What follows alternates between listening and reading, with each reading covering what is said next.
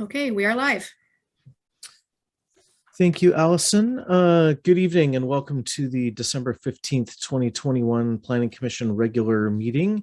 It is currently 6:04 p.m. and the Planning Commission is now in session. My name is Daniel Hubble. I am the Planning Commission Chair. Tonight's virtual Planning Commission meeting is being brought to you using video conferencing technology provided by Zoom. The Zoom video of this meeting is being broadcast live and will also be uploaded to the city's YouTube channel after the meeting has ended. Deputy CPD Director Allison Van Gorp and other staff members are participating in tonight's meeting remotely. Audience members may be listening to the meeting by telephone or via Zoom. Welcome to all of you and thank you for joining us this evening. If you would, commissioners, if you could please have your microphones turned on, and Deputy CPD Director Allison Van Gorp will call the roll. All right, Commissioner Boatsman. Present. Commissioner Friedman. Here. Commissioner Goodman. Sorry, here. Commissioner Murphy. Here. Commissioner Rashis. Here. Vice Chair Weinberg. Here. And Chair Hubble. I am present. Thank you. Thank you very much. As I mentioned earlier, for this meeting, we are going to continue to utilize the Zoom platform for these meetings. As always, I'll do my best to recognize you in the order in which hands are raised, either virtually or by trying to get my attention with your real hand. After being recognized, you'll then have the floor. We'll move to the next portion of the agenda, which is appearances. This is the portion where individuals wishing to speak live during our meeting may do so via telephone or via Zoom. All remarks should be addressed to the commission as a whole and not to individual commission members or staff members. If any person makes personal, impertinent, or slanderous remarks or becomes boisterous, threatening, or personally abusive while addressing the commission, I may request that person to leave the meeting. When it's your turn to address the commission, please speak audibly and state your name for the record, and your comments will be limited to 3 minutes. It is my understanding, Allison, that we have one person that has signed up, Mr. Thompson, and I do see he's logged in here. Promoted him, so he can go ahead and turn on his camera and unmute when he's ready to speak. Excellent. Thank you very much. Mr. Thompson, welcome. If you can hear us. You're on. Can you hear me? There, we can hear you now. There you are. All right. Thank you. Good to see you, Dan. Good to see you. Good evening. It's been a while since I've addressed the Planning Commission, maybe a couple of years. As you know, I'm Daniel Thompson, and I submitted the amendment number 5 that the council added to the 2021 docket and asked the Planning Commission for a recommendation. I've already submitted some written comments. I read the staff report. I think that it addresses the different issues. I'll just start a little bit with the history and then why I think that there's a different approach to use than rejecting the amendments. The permit timing system was never part of the RDS, and it was never recommended by the council. It really wasn't much of a change to go from categories to permit. You know, you went from ministerial, administrative, legislative to types 1 through 4. The only interesting thing was the creation of a notice called public notification, which doesn't exist anywhere in the land use codes or law. And it allows notification via the CPD bulletin. And unfortunately, not very many people really participate on that. So at this point right now, we have about 50% of our permits that don't receive any notice. This is a problem because of the past, before Jeff Thomas and the current CBD, and anyone here who was involved in the RDS knows how acrimonious that time was, and I won't go back over that. But the CBD has two main objections. One is cost and staff time, and the other is whether the citizens will be confused over the fact that they may submit public comments, but the CBD's discretion may be limited. I think the way to deal with the cost is exactly how Dan Grouse addressed it in 2017. One of the very big pushes I had is I said, you have to give public notice of building permits, especially back then when houses could really be out of scale. And Scott didn't want to do that and raised the same defenses. But I said, you know, it's not just giving comments, it's that people are just so nervous. They see the construction beginning. Giving them notice actually has cut down on the amount of staff time, because citizens would, you know, want to come in, they'd want a meeting, they'd go over the plans, they'd want to come back.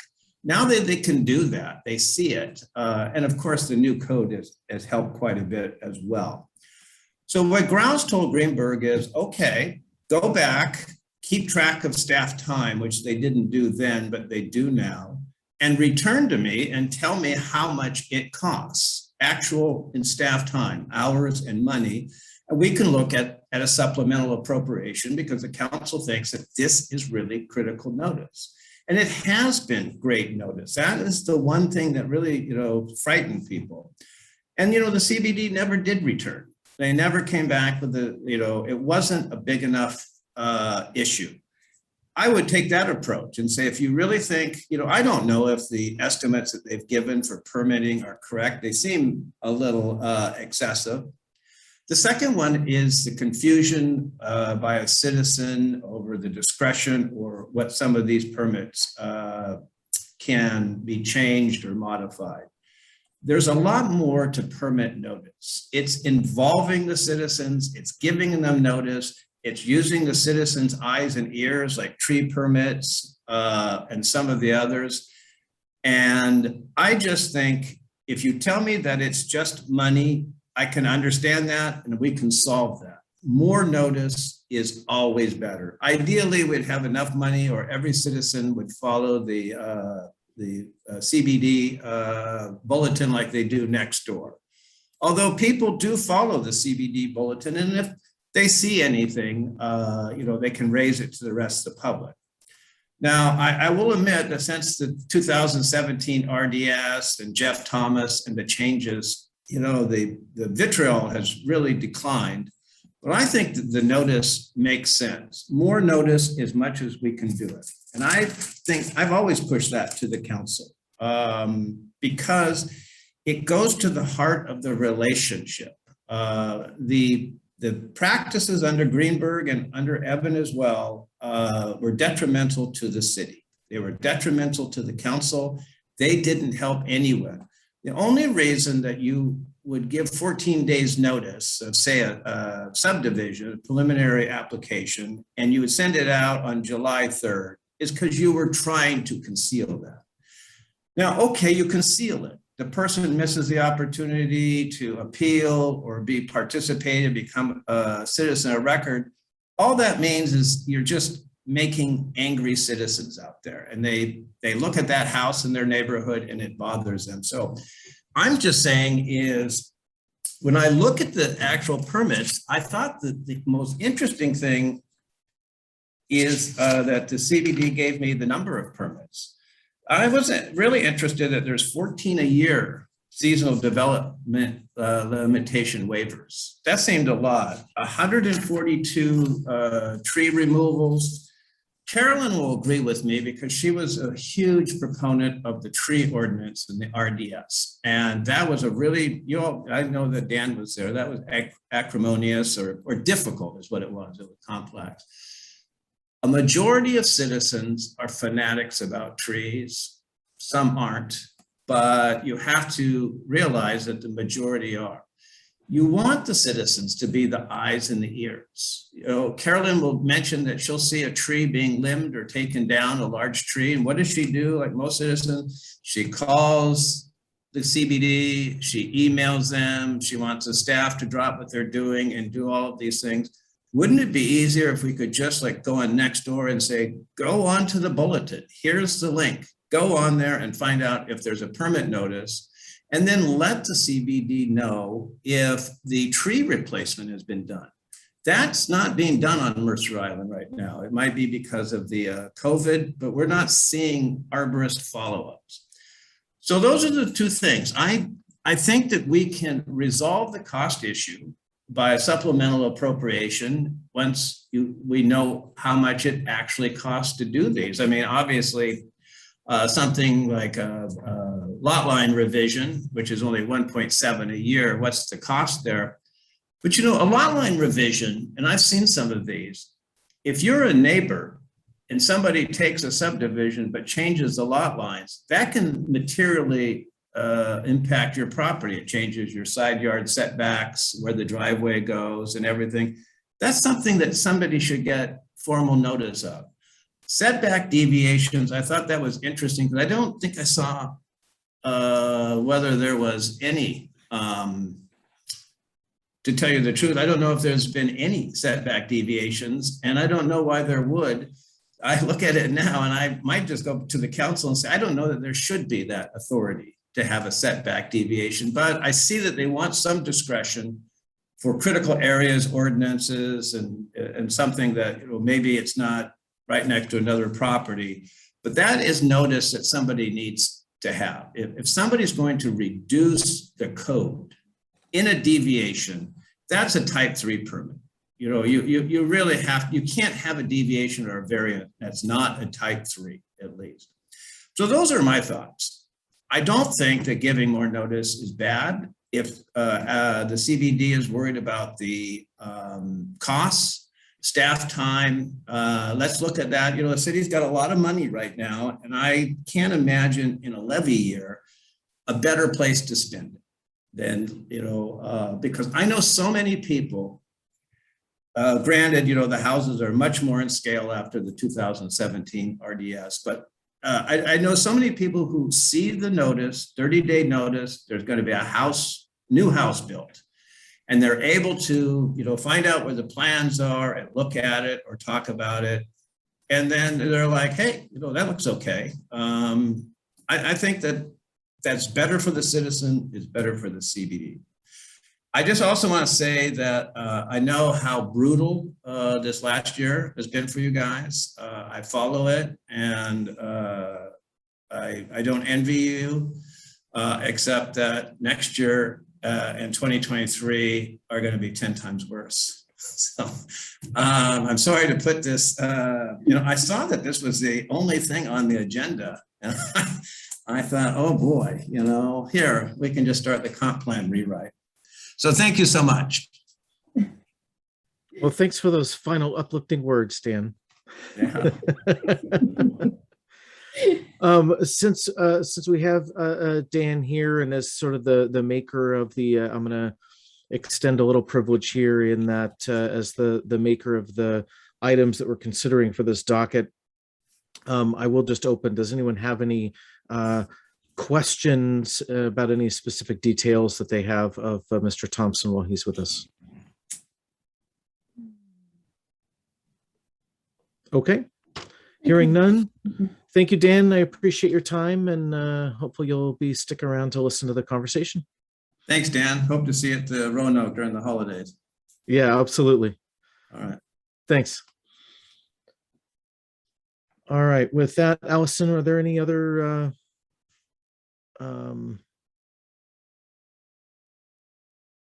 were there any other? That's it. Sorry. Great. No worries. Thank you very much. So with that, we have no further appearances, and we will move on to the next item on the agenda, which will be review and approval of the minutes from November 17th, 2021. Is there a motion to approve the minutes? So moved. Is there a second? Second. Thank you. As moved and seconded, are there any corrections, additions, or updates that anyone would like to make?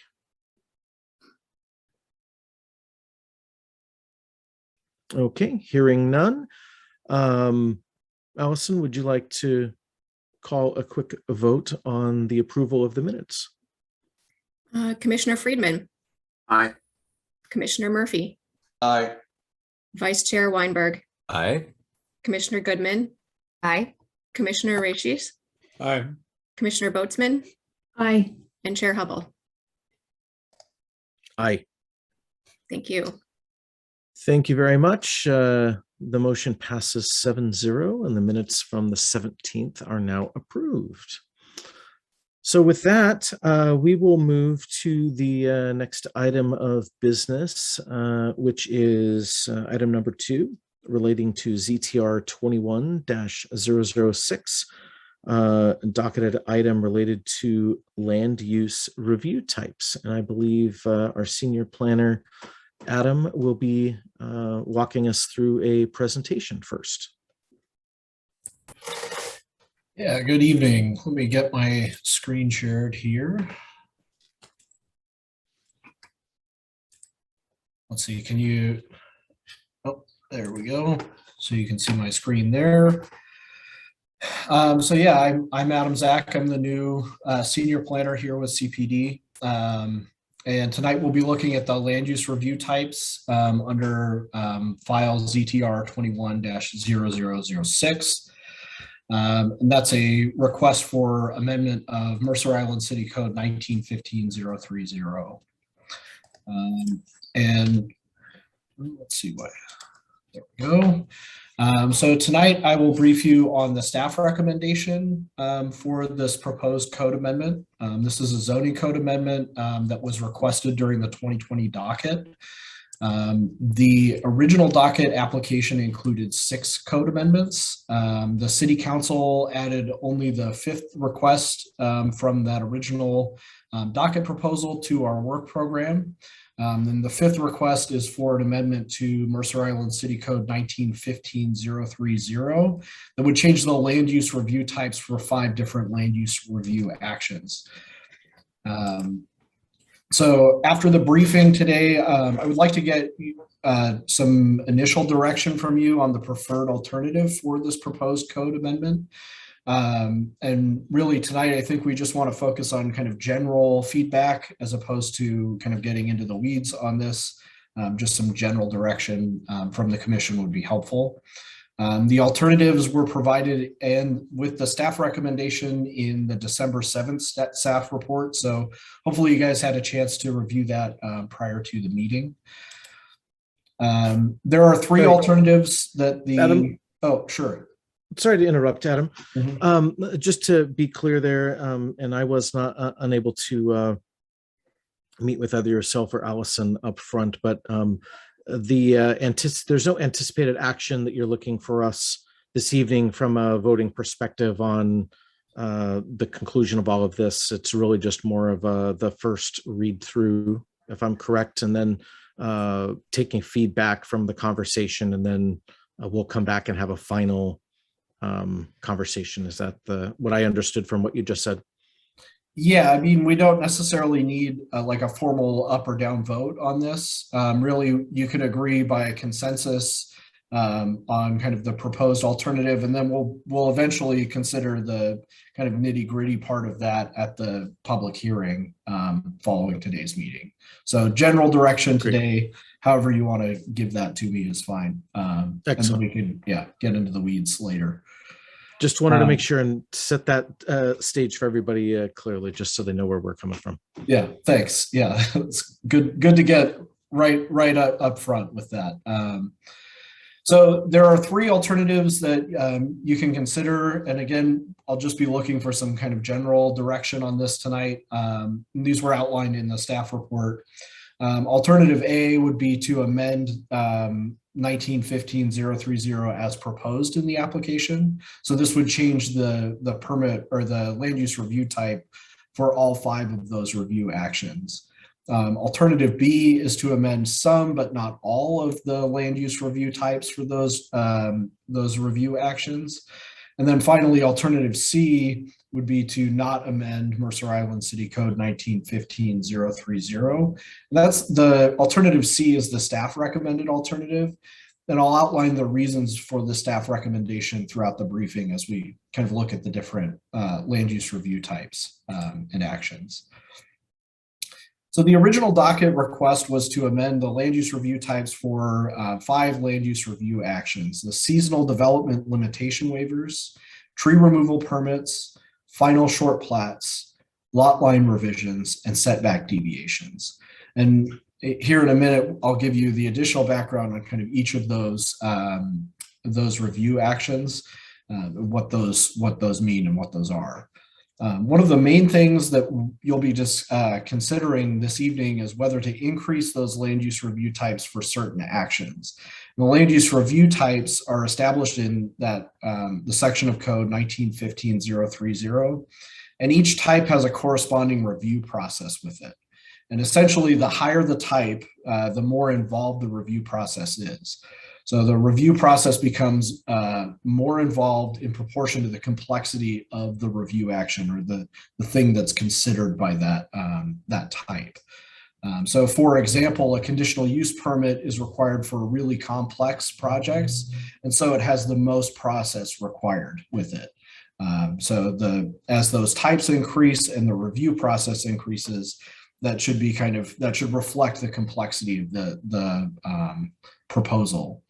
I think it's important to point out here that the amount of discretion or leeway the city has when reviewing these land use actions is set elsewhere in the code, and it isn't determined by this section of Mercer Island City Code. So in other words, if we increase the review process required for a land use action here, that does not increase the degree of discretion the city has when reviewing the application. Those like conditions of approval or the requirements for approval are set elsewhere. They're not set in this code section.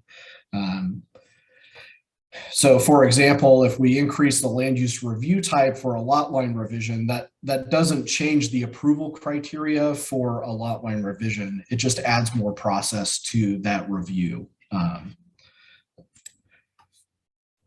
So to start with, land use review types 1 and 2 are administrative reviews, and those are based on non-discretionary standards. This means that the city has really limited leeway in the approval of these actions because there's little room for interpretation in the code. So if an application for a type 1 or type 2 meets the requirements in the code, pretty much the city must approve the action. We don't have a lot of discretion in that approval. And for type 1 land use reviews, no public notice is required. And then for those type 2 land use reviews, those must be published in the weekly CPD permit bulletin, which goes out every Monday. Then kind of moving up the types, the more complicated land use review actions are assigned types 3 and 4. These kinds of review actions have additional steps above and beyond what's required for types 1 and 2. They require a pre-application meeting, a letter of completion mailed to the applicant, a notice of application posted on site and mailed to neighbors, a 30-day comment period, and a notice of decision sent to parties of interest. Review types 3 and 4 also include that public comment period because the code allows the city a certain amount of leeway to address those issues raised by the public during the comment period. And then the main difference between a type 3 and a type 4 review is that a type 4 also requires an open record public hearing prior to a decision being made on that action. So the first proposed amendment in the application is a proposed amendment to increase the seasonal development limitation waivers from a type 1 review to a type 2 review. As a type 1 action, public notice is not required for the seasonal development limitation waiver. The proposed increase in review type would require that these waivers be listed on the weekly permit bulletin. And so just for your reference, we reviewed 85 of these waivers between 2016 and 2021, which is about an average of 14 per year. And a seasonal development limitation waiver is an authorization to conduct work in a geologically hazardous area between October and April, or during the rainy season. In order to qualify for a waiver, the applicant must have a geotechnical report prepared by a qualified professional that determines that performing this work during the rainy season will not lead to impacts to neighboring property owners, and that those impacts can be controlled on site. So they have to have a geologist go out there and determine that the increased rain during the winter months is not going to result in stormwater impacts for a neighboring property. And so the staff recommendation for the seasonal development limitation waivers is to not amend the land use review type for this action. These waivers are categorized as a type 1 review action, so the city really has limited discretion in issuing this permit. And if an application meets the requirements of the code, we must issue the waiver. So increasing the notice for this review action would add process to a fairly routine review where we have really limited leeway in how we make that decision and what that decision is. The second proposed amendment is a proposal to increase the land use review type for tree removal permits from a type 1 to a type 2. Currently, the city requires a permit for all tree removal except those that are exempt, like a hazard tree removal or if the tree is below a certain size. The tree removal permits are a routine land use review that's conducted by our city arborist. The proposed amendment would then require these tree removal permits to be listed on our weekly bulletin. And for reference, we reviewed 852 of these permits between 2016 and 2021, which is an average of about 142 per year. And the listing on this would probably take up about 35 hours of staff time annually by an estimate. We talked with our current planners about that, what that would add to our workload. So it would be a pretty substantial increase in staff workload. So our recommendation for the tree removal permits is, again, to not amend the land use review type. It's our opinion that these are correctly categorized as a type 1 land use review action. And that really, again, here, this is another instance where the decision as to whether or not to issue these permits is really based on evaluation of objective standards and the application of the technical expertise of our city arborist. So the city has really limited discretion in the decision. And, again, this is another instance where increasing the notice for this land use review action really adds process to something that's a fairly routine review for CPD. The third proposed amendment is increasing the review type for final short plats from a type 1 to a type 2. And this, again, would require that final plat approval be listed on our weekly permit bulletin. And a short plat is a land division that creates 4 or fewer new parcels from an existing parcel. And plat approval is really a 2-part process. First, there's the preliminary approval granted. And here in Mercer Island, preliminary approval is a type 3 review. So all short plats go through this preliminary process where the notice is posted to site. The neighbors are notified at the preliminary stage. It's posted in the weekly bulletin. There's a 30-day comment period. There's that extended process for the preliminary approval of a short plat. And really, during this preliminary review, the city has a lot more discretion for conditioning the approval to address those issues that come up in the comment period. And so that preliminary approval is where we can address the concerns that the neighbors might have about the proposed plat. And let's see here, advance my notes here.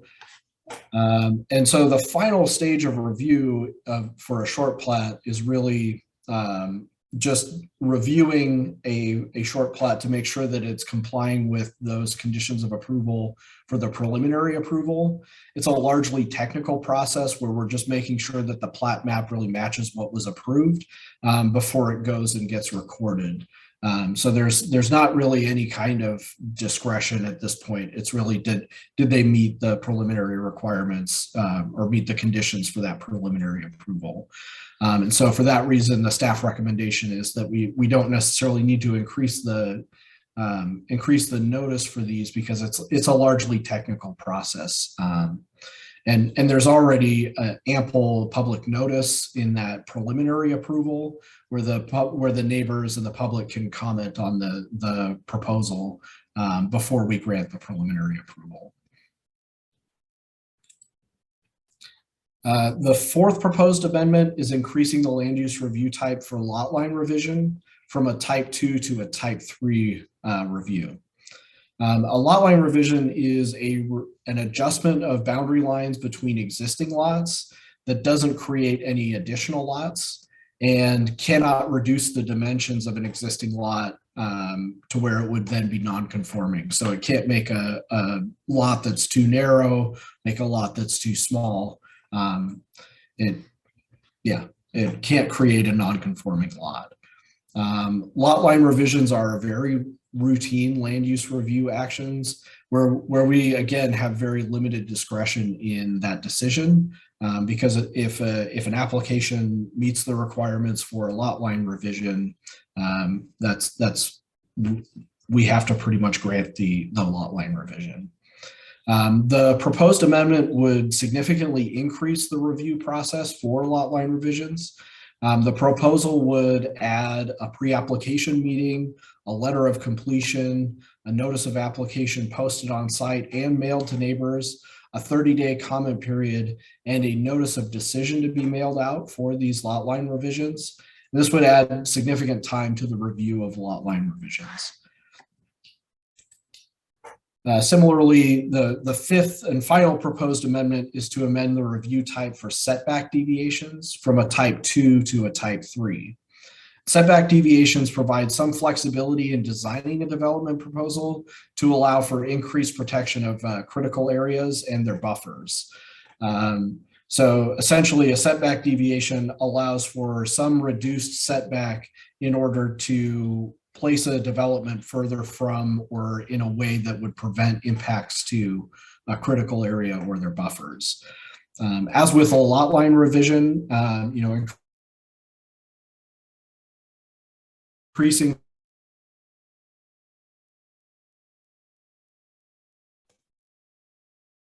the review process for setback completion, notice of application, 30-day comment period, and the decision getting mailed out. Adam, so the staff recommendation here again is.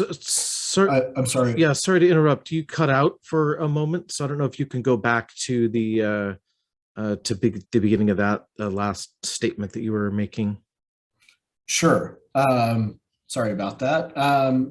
So again, basically I was just outlining kind of the moving from a type 2 land use review action to a type 3. It adds these 5 things that are listed on the screen here to the review process: the pre-application, the letter of completion, the notice of application, a 30-day comment period, and a notice of decision. And so it's a pretty significant increase in the process for a setback deviation. So for both setback deviations and lot line revisions, these are both approvals where the city has a really clear, objective, and non-discretionary standards that require the application of professional expertise. But we don't have a lot of discretion in how we might condition these because the criteria of approval is really clearly stated in the code. So there's not that leeway or gray area for setback deviations or lot line revisions. Because they both have that or don't have very significant discretion, they're really consistent with the type 2 definition that's set in the code, which I included in the staff report. And they're really accurately categorized as these type 2 actions. And neither setback deviation or a lot line revision is really consistent with the description of what a type 3 land use review action is, which those are reviews that require the exercise of discretion on non-technical issues. That's not really something that's included with either setback deviation or lot line revision. So for that reason, we're not recommending adding additional process to this. And I think there's another important point that was made in the staff report, in that if we're adding a public comment period to decisions that we don't necessarily have a lot of discretion on, it can lead to the perception that that comments don't matter, or that the city's uninterested in those comments, because a lot of times you can't necessarily deny a permit or really condition it too far on a setback deviation or a lot line revision to account for those public comments that may come in, because again, there's not much leeway in the code and the criteria of approval. And that can really set up kind of a frustrating process. In a previous job, I worked on some permits that had kind of this public comment period, but we couldn't really do anything with those comments. And the comments after the decision was made were pretty upset that we couldn't do anything with that. So it can be a pretty frustrating process for commenters. So again, in the staff report, and kind of what I'm looking for tonight is your kind of general direction about the which is the preferred alternative for this proposal. That's alternative A, which is to amend the code as proposed. Alternative B, which is the middle path. You can choose which permit types you would like to change, but you don't necessarily have to change all of them. Or alternative C, which is the staff recommended alternative, and that's to make no change to the code. And just a couple of the kind of high level reasons for that staff recommendation, that the current code, the code as it's constructed now, correctly applies those types for all 5 of these land use review actions.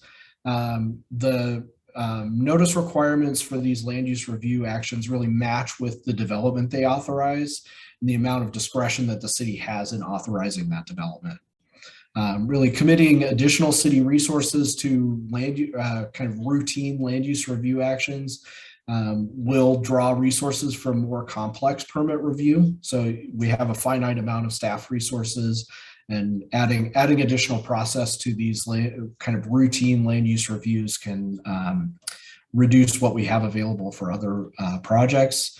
And really the drawback of committing those additional resources to these actions is not outweighed by the benefit of the corresponding increase in notice for these kind of routine actions.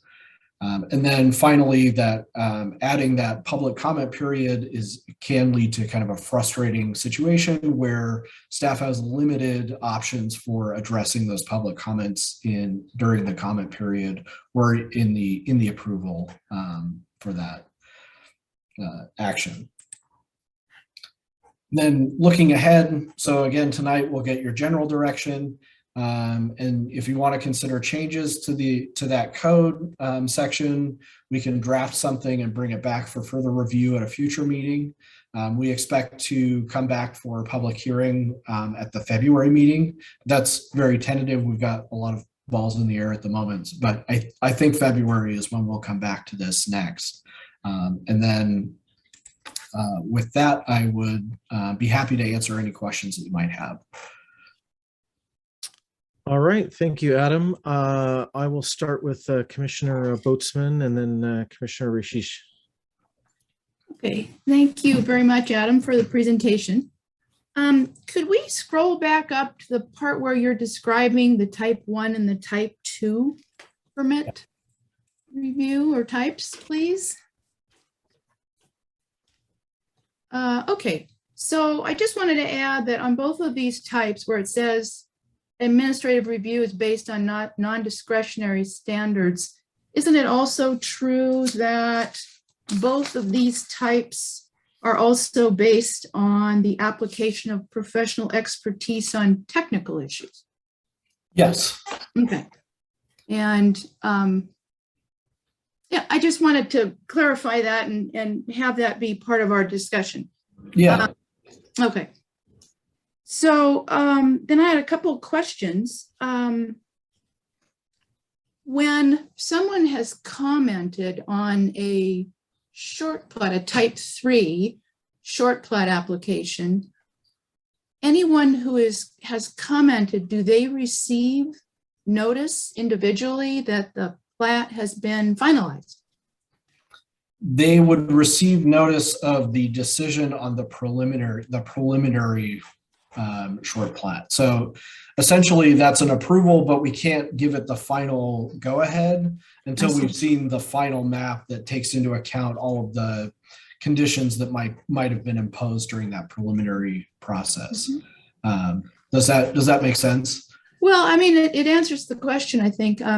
I just wonder if someone has gone to the trouble to comment on a type 3 short plat application, you notify them that the preliminary plat has been approved.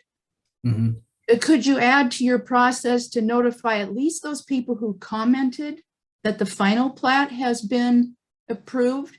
Could that be done outside of this typing system, just as a good practice? That could be a programmatic approach that you could recommend for this. I mean, I think with the plat approval, with that preliminary approval, once the neighbors are notified of the preliminary approval, nothing's really going to change between what's getting the preliminary approval and what the final approval is. Essentially, the final approval is the check to make sure that the thing that creates those lots is consistent. So, I mean, but the programmatic approach of adding a notice at the final step it could be a recommended action from the Planning Commission. People probably don't understand that is how it works, that there's no change between preliminary. Okay, then I have one more question about the setback deviation. I guess I frankly just don't really understand how it works. Are we saying that does the code say that in order to protect a critical area, you can change the setback between your house and the neighbor's house? Like sacrificing the setbacks that we all rely on in order to protect the critical area? I know that's code, but I don't understand it. Right. So the idea is if you're looking at, you're going to build on a site and there's a wetland and its buffer, right? And the application of the setbacks as written would lead to a greater impact to that wetland and its buffer. You can do certain things in that setback. I've only been here a month, so I don't have it committed to memory. But there are certain rules about how you can deviate from that setback. But it really is about making sure that the buffers and the wetlands, critical areas in their buffers are not impacted or impacted less by development. So you have to have a report from a qualified professional that demonstrates that. I guess I just, in order to protect a buffer, if you have to have a certain setback, how do you protect the buffer or the critical area better by lessening the setback between your house and someone else's house? Is this just a way to enable the people to build a bigger house, even with the consideration that they have a critical area they're trying to avoid? No, it wouldn't affect the dimensional standards for a residence. Like you couldn't build a bigger house. You just might be able to build it in a different location to avoid the impacts to the wetland than you would in the strict application of those setbacks. And this is a pretty uncommon action that we've taken. I think we've done one in the last 5 years. And so it's not something that happens frequently. Allison, did you have anything to add there? I was just going to say, I think this is intended to give a tiny bit of flexibility within the code when a site is very constrained with critical areas like wetlands or watercourses in particular, where, you know, the size of the house might be fairly reduced because they can't be within those buffers, and it just allow a little flexibility for them to move the house over to get it out of the buffer area and allow something to be built there. The other thing that happens sometimes if the site is so constrained with critical areas that it's really almost not possible to build a house there because the critical areas are covering so much area of the lot, there's a reasonable use exception. So, you know, if the critical areas regulations would essentially result in a taking of the property right and not allow it to be developed at all, they can go through this alternative path of a reasonable use exception, which is difficult and take time consuming to get that. But, you know, we just had one granted recently, actually. So there's that avenue. This gives a tiny bit of flexibility for less extreme situations. So that, you know, it might be possible to build something without having to go through that whole RUE process if it just needs a minor adjustment. Okay, thank you very much. Is that all, Carolyn? Yeah, thank you. Great. Victor?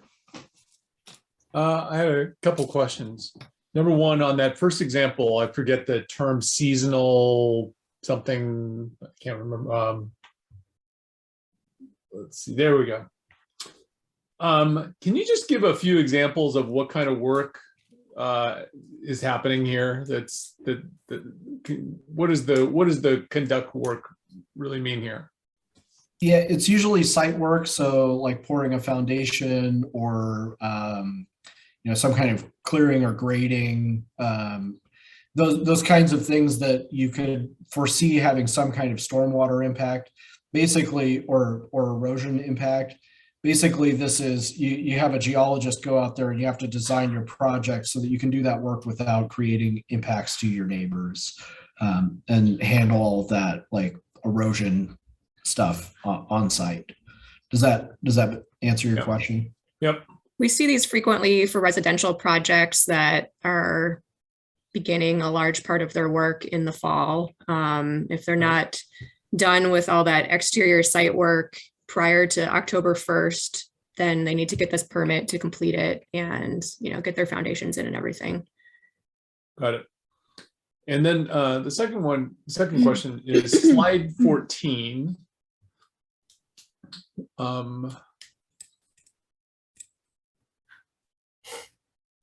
First bullet where it says, I won't read the MICC number, but it correctly types the 5 land use review actions. What does that mean? Correctly types? Who determines what's correct? That's the staff recommendation or the staff opinion that these 5 things all have the correct type under the existing code. Type 1 review for, well, I'll just use setback deviations for an example. A type 2 review for setback deviations is the correct type of review for a setback deviation, and so on for all 5 of those. And maybe I'm not understanding this well, but let's say we were to change it to the proposal that Mr. Thompson has proposed. It's changed now. Isn't that also correctly typed? I mean, I guess the point is, isn't correctly typed basically whatever we say it is in the code? Not in a professional opinion. No, I don't think that. In the professional opinion being the staff opinion. Yes. Our opinion was that the current code had the appropriate categorization. Maybe appropriate is a better term. Yes. I was going to say, I think this may just be improperly worded as to the intent. That's what I'm guessing. That's all I got. Commissioner Murphy. I want to go back to Carolyn's question. first, and that, because I'm not sure it was answered, on the setback deviation. In that situation, Allison, I understood that what that was speaking to was deviation from the setbacks or buffers relating to the critical areas. And Carolyn was asking, well, in order to accommodate a buffer or critical area limitation, that you could then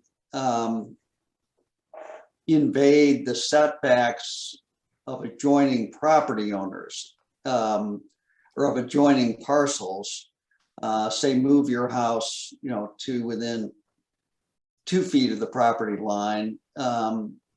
Is that what that allows, or are we talking about deviations from the setbacks for the critical areas? Did I make, is my question clear enough? That is a really good question and a good clarification. I'm actually just pulling up the code here. I want to verify it myself because I haven't. While you're looking that up, Allison, I'll just lend my memory to this, Mike, which was when we talk about, we actually changed the language in the code, if I recall, from there's for critical areas, that setback is actually called a buffer. Right. And the Should be. setbacks are the related to the lot lines, and it was to disambiguate this problem. Keep in mind that there are actually, on a square lot, there are 4 setbacks. There's a front yard and a rear yard setback, which are quite large. It's Right. 20 feet in the front and 25 feet in the back. Those are the most common. And if my recollection of the code is that they can never encroach, that 5 feet is always the minimum in all cases. But in lots where there's a 15-foot minimum combined setback, maybe you can end up doing 5 feet here and then maybe doing 10 or 15 feet in the front yard. So you can preserve the wetland maybe that's in your backyard, for example. Right. And that makes sense. But I think what Carolyn was getting at was, could you then, move your house to within 2 feet of the lot line of your neighbors? The front yard, rear yard are different animals. But I think what Carolyn was getting at was, would this allow somebody to put a house, for example, 2 feet from the neighboring property line? Yeah, and Allison just highlighted, I think, item H, which is what I was getting at, which there are minimums. Yeah, so it specifies how much it can be reduced. So the front and rear setbacks may not be reduced to less than 10 feet each, and the side setbacks may not be reduced to less than 5 feet each. Okay. So it allows a small reduction. I think the side setbacks have to be, well, they're variable now, so it's complicated. But this gets you to still, you still got 5 feet, I guess we'll say that. And then the front and rear setbacks are 20 and 25 feet. So they can be cut down a fair amount. But again, the idea is that you're moving the house away from a buffer to decrease those impacts. Right. Does that Is that all you- clarify? Yes, it does. Thank you. It's very helpful. I have another question, maybe for Adam. It was not clear to me with respect to the seasonal development limitation waiver and the tree removal permit, by shifting those from type 1 to type 2, it was not clear to me why those would engender any significant work for staff. Can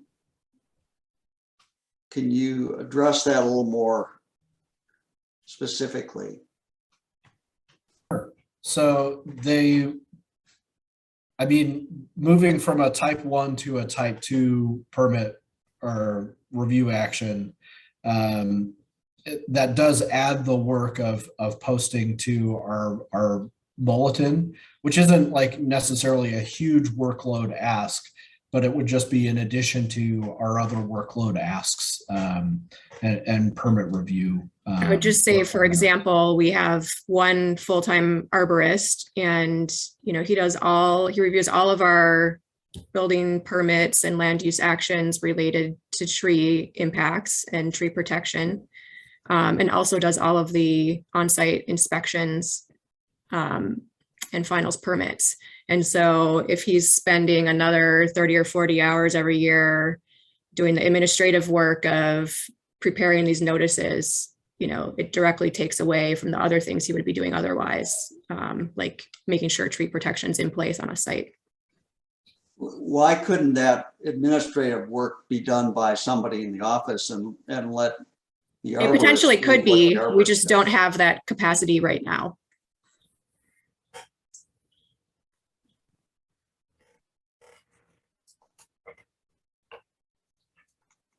Is that all you have, Commissioner Murphy?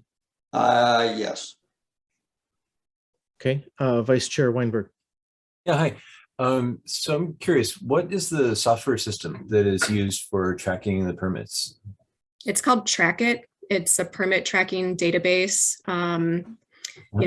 There's a lot of room for improvement in this type of software. Unfortunately, the available options out there in the world are pretty limited, and we're always talking with our colleagues in other cities and honestly hear a lot of horror stories of some of the other systems that are out there. So at this point, I think what we have is probably the best we're going to get at the moment. Is Trackit TRAKIT? That's correct. Yeah, okay. So if somebody, no, and by the way, is that software something that is paid for with general fund dollars, or is it is the maintenance and operations and the licensing fees, does that come out of permitting fees? Good question. I believe it might be a little of both, but I can't answer that confidently. I know when we do major software upgrades, that's a capital expense that's paid from the general fund. But I think the ongoing, there's like an annual fee to access the service that may come from permit fees. Okay, so if a Mercer Island resident were to wake up in the morning to the sound of a chainsaw and they see their neighbor preparing to remove a tree that's close to their property line, does that current software that we use enable the resident to go to their computer and look up quickly online whether their neighbor has a permit to do that? Yeah, so Track It is linked up with something called mybuildingpermit.com, which is a website that's used by many East Side, King County, and some other Snohomish and Pierce County jurisdictions. And you can go onto that website and, choose through a menu and search for permits at an address in Mercer Island, and it would give you the current status that's in Track It. So it would say if something's been approved or if it's in review or things like that. So once someone's aware of the fact that change is about to happen across their property line, they have the ability to go find it, and they don't have to wait until the next business day. They can do it midnight on a Saturday. That's available in real time, anytime. Does the Track It software include the functionality enabling some kind of automatic posting of the permits or notification of a permit's been issued, something that automates the a bulletin process? I don't think it would. You could automate. You couldn't use Track It to automate what we currently do as the bulletin. It's each notice for these type 2 is like about a paragraph of information. So it couldn't do that automatically, but you can go into the mybuildingpermit.com and you'd be able to see that a permit was issued if you were looking at a specific address. Like if you wanted to know, has my neighbor's permit been issued yet? You could check on that anytime you wanted and see if it was. Okay. I remember when I was doing a little bit of research on Track It recently, there's a city called Waukesha, Wisconsin, that uses it, and they are making a big deal to their citizens about, hey, we've got this new system. It allows you to see all this stuff online. I haven't discovered whether they say, and we notify you ahead of time when something's about to happen within 300 feet of you or something like that. But given the fact that they're making a big deal out of it, I wonder whether they kind of went in and checked all the boxes and said, let's use all these features within Track It. They apparently have a new installation or something like that. We're planning an upgrade to the newer version of Track It later this year, I believe. And that may give us some additional capabilities that I'm not aware of at the moment. So it's definitely something we can check into. I just don't know right now what will be available. Yeah, if there was a way that we could essentially make, I mean, the saying we have in this at Seattle IT is that the best data in the world collects itself, reports itself, and archives itself. So that essentially when a permit gets applied, that some kind of automatic notification goes out to everyone within 300 feet of that or something along those lines. I don't know if that feature exists in Track It, but if it does, we could actually provide a lot more notification than we do today with a lot less effort, because it kind of removes the necessity of creating the bulletin, because the notifications go out there proactively by the software. Yeah, I mean, sadly, we don't have email addresses linked up by physical property address right now, so it is harder to do electronic notification proactively like that. For us as a city. We can, often we use snail mail because we've got the addresses, but when people comment on things and we have them, linked up with a permit as a party of record, then we do email notice for notices of decision and things like that. But for a more proactive situation at the front end, I feel like that'd be really difficult. That if you know someone on the city council, maybe you can convince them to take some action to update our tech. Yeah, possibly. I don't know too much about Track It yet. So if it has the ability to do some kind of notification, either through, as you're mentioning, email, if you haven't had the emails, which you don't, or by using some kind of service to send out snail mail, so that there's not somebody in the office that has to actually, lick and stick the stamps, but that it goes through some kind of a processing center. That might actually help solve some of the problem here of reducing the bandwidth that the staff has to spend on it. It does require a capital outlay, like you're talking about, but it might be that functionality doesn't exist. So I think the discussion tonight is meant to just get initial ideas around this and then get some guidance. Is it possible that between now and the next time the Planning Commission meets on this, we could get some more information about whether Track It has that feature or has that capability? We can see what we can find out. Yeah, sure. I will say though that, one piece of the staff time that comes from additional notice. So there's time that goes into preparing the notices and mailing the letters and posting the signs and things like that, which is, fairly small and measurable. But then depending on what the decision was, sometimes we get a lot of questions, a lot of concerns or complaints about a specific proposal. And staff needs to spend time speaking with all of those folks. And kind of like Adam was alluding to, sometimes that's not a very satisfactory process because they're calling us and saying, I really don't like this. I want you to stop it. And we're saying, we can't, we have to approve it.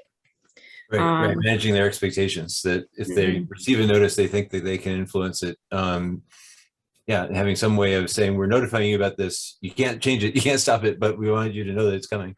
That can be a difficult thing to message. That's for sure. I think to Mr. Thompson's point, it does give the ability for people to know that it's happened and they can appeal it.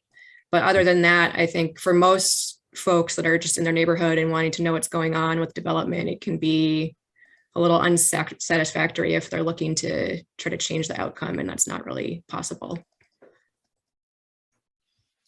All right, Victor. Two things. So one, I just wanted to pick up the ball a little bit where Ted left off and maybe also tie into what Allison said. In some of these cases, at least for the type 1 to go into type 2, certainly a feature upgrade would be fantastic, or some sort of existing feature would be great. But at the same time, there's good old-fashioned copy and paste or a screenshot that's also actually relatively efficient and can actually work in terms of copying things over from the actual permit into a CPT bulletin. The second comment is really to what Allison just said, Allison, and then what Adam said earlier. I think you can either deal with an unsatisfactory process at the beginning where people are frustrated because nothing can be done, or you can amplify that a few ways, a few levels, with people who are surprised by action and see things happening around them that they weren't aware of. I think this goes to just a transparent government and transparent communications. Okay. Commissioner Friedman.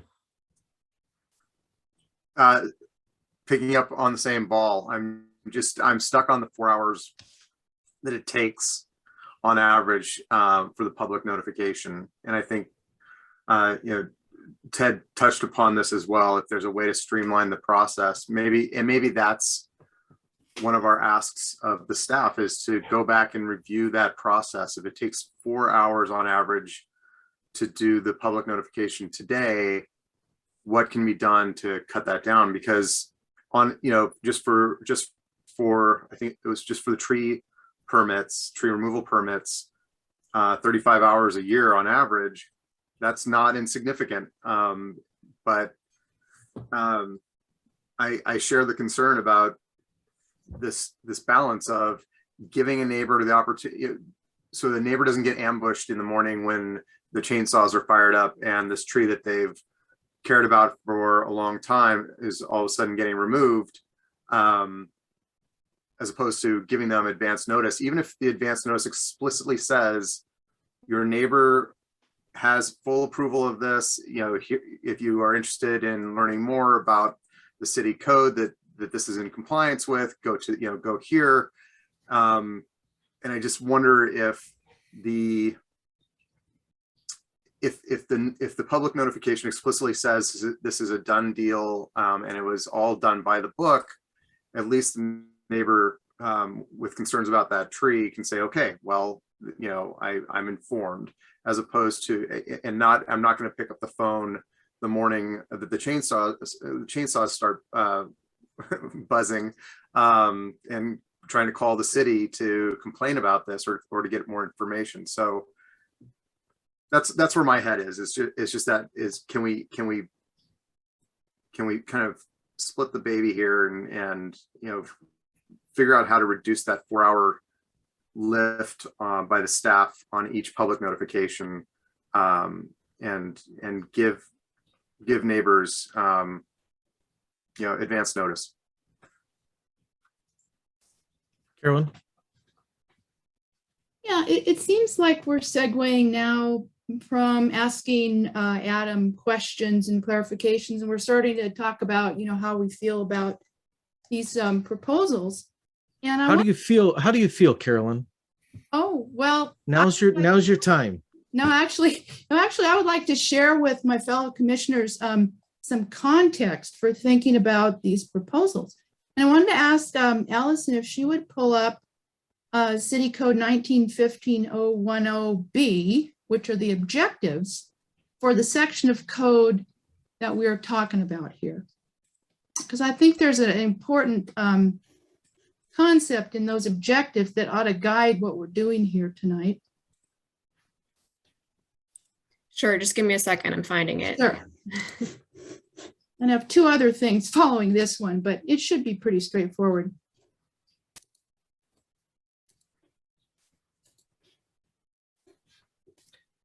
Okay, in B, objectives of this section, you do see in the second line that we allow for an appropriate level of public notice and involvement. We don't say public notice or involvement. We say public notice and involvement. Now, sometimes the involvement that people might choose to do might not have that much of an impact because there's varying levels of discretion by decision makers. But even interpreting the code, it takes discretion. And sometimes city staff, I have a high level of trust in city staff, but sometimes they might miss something. We have a lot of smart people on Mercer Island, and they might send in a comment or a reminder that's useful. So anyway, that's the involvement side of it. But even leaving that alone, public notice was the goal of this section. And I think so we need to keep that in mind, I think, as we look at this. Another section of city code, I don't know if anyone had any comments on that particular section, but I had another section I wanted to bring up. Go ahead. Okay, the next section is 1915 250D.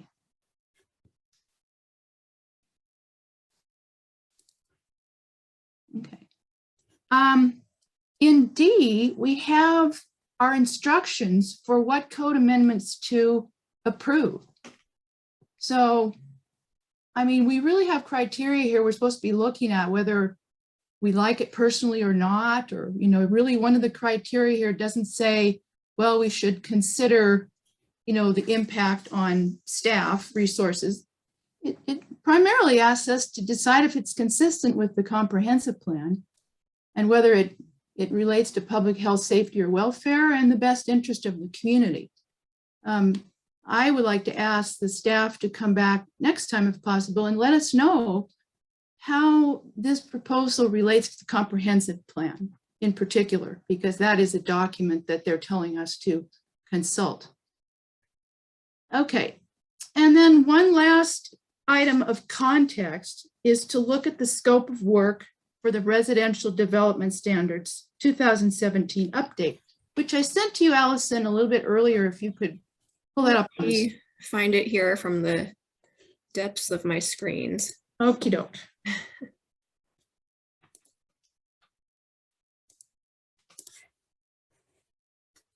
All right, I'm bringing it over here. Can you see it now? Yeah. So if we scroll down a bit, we have a list of, basically this is describing, here's the problem areas that we have on Mercer Island. And this is what we want to look at in this code update. If you keep scrolling a bit, please. Yeah, okay. These are the areas that we needed to look at and make some improvements in. And you'll see item number 14, building permit process, public notice, public input, and right to appeal. Now, since this scope of work was put together, the code's been amended. We now have public notice of building permits. So we've made a lot of progress, but this was a trajectory of improvement, and I'm not quite sure we're there yet with what we have. I'm glad we have a chance to look at some improvements. So with these three items of context, we examine the proposal in light of those sources and contexts prior to considering the impact on staff resources. Staff resources is not a criterion that we're instructed to pay attention to. I think it's our duty in this case to send a view of a proposed amendment to the council. If there is a staff impact on a certain course of action, the council is in a position to make a decision whether to fund it or to ask the staff to come up with some sort of efficiency, perhaps the sort of thing Ted is suggesting. But we generally want to avoid being the place where ideas come to die based on a presumed lack of resources to implement.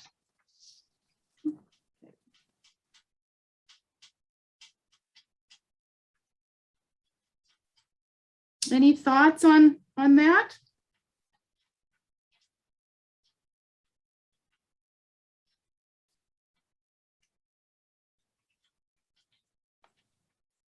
Are you looking for staff thoughts or Oh, no, commissioner thoughts? anybody. I just wanted to get this context out there so we could look at this from a, 30,000 foot level instead of, do we like the idea or not? But, what's our mission here?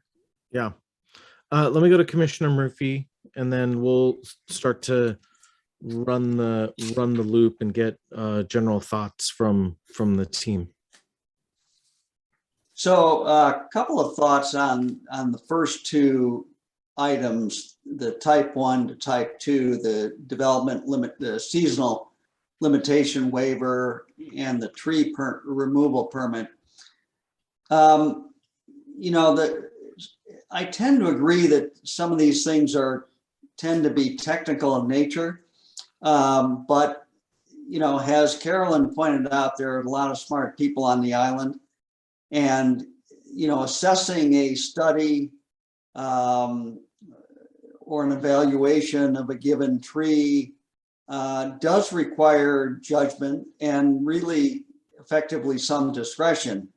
And I don't think it is inappropriate, following up on Carolyn's point about notice and input, for the staff to receive at a stage before the chainsaws are running or before the dozers are running, for individuals to have notice of these things, so that if they have a different take on it or have some local knowledge or information that staff may not have, or that the report may not reveal, that, you know, they can provide that again before the deed is done.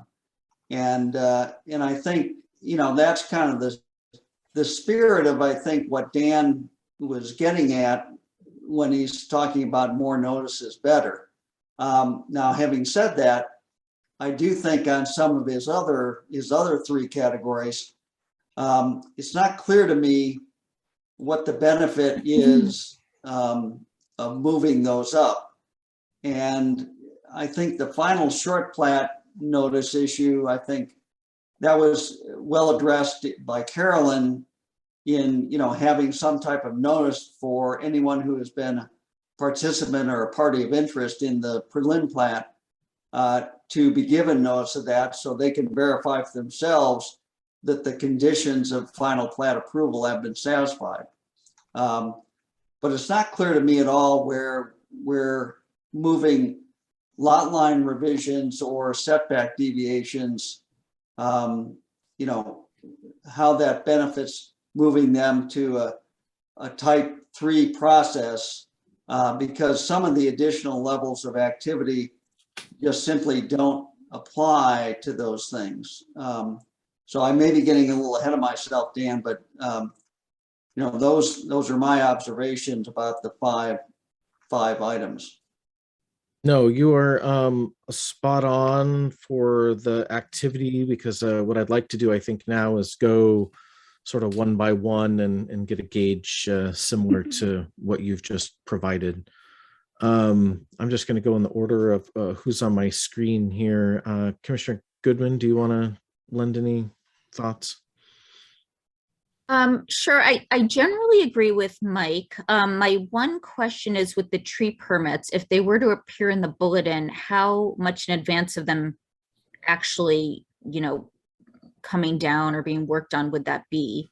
And then I guess a follow-up to that would be, what kind of impact could a comment potentially make, if any? I think the answer to the first question in terms of how much time would they have from when this goes into the bulletin till the chainsaws are roaring, it varies. I mean, in some cases, the permit is approved and they'll go cut the tree the same day. In other cases, it might be part of a larger development proposal, and the tree permit gets issued with the building permit, and it could be some time before they start work, just depending on when their contractor's available and that kind of thing. So, you know, I think it's hard to give a consistent answer there because there's a lot of variability. And then remind me your second question.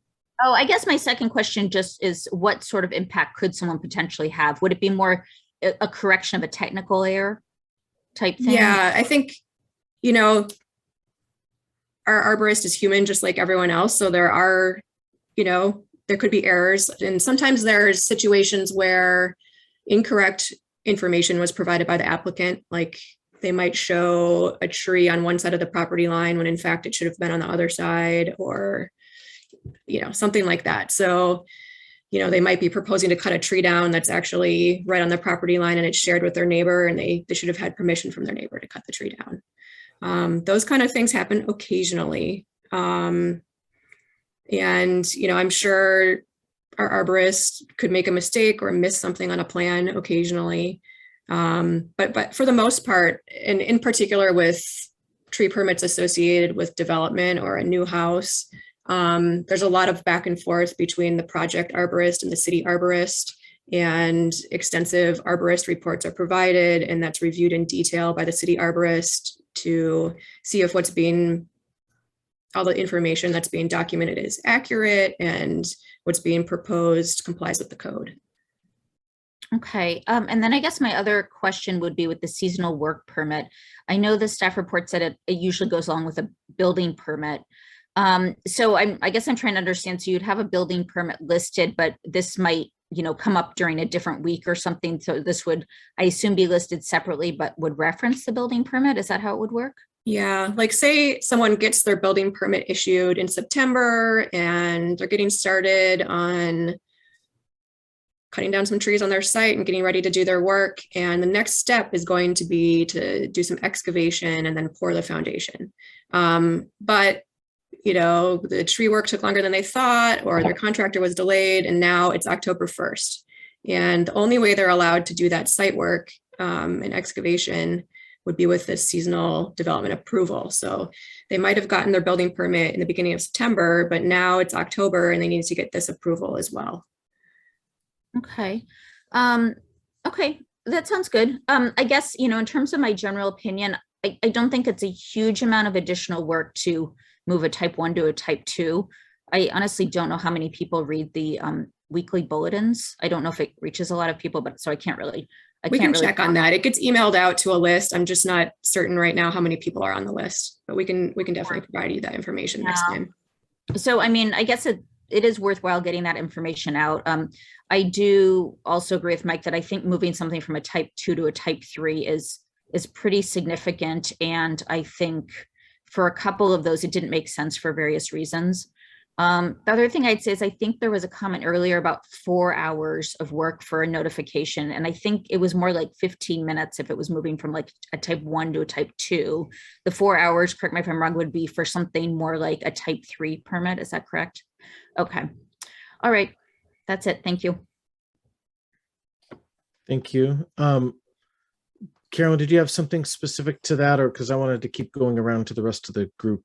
No, I would like to, hold on a second. Yeah, I would like to propose a different process. I don't think we're using the best process to consider these proposals carefully.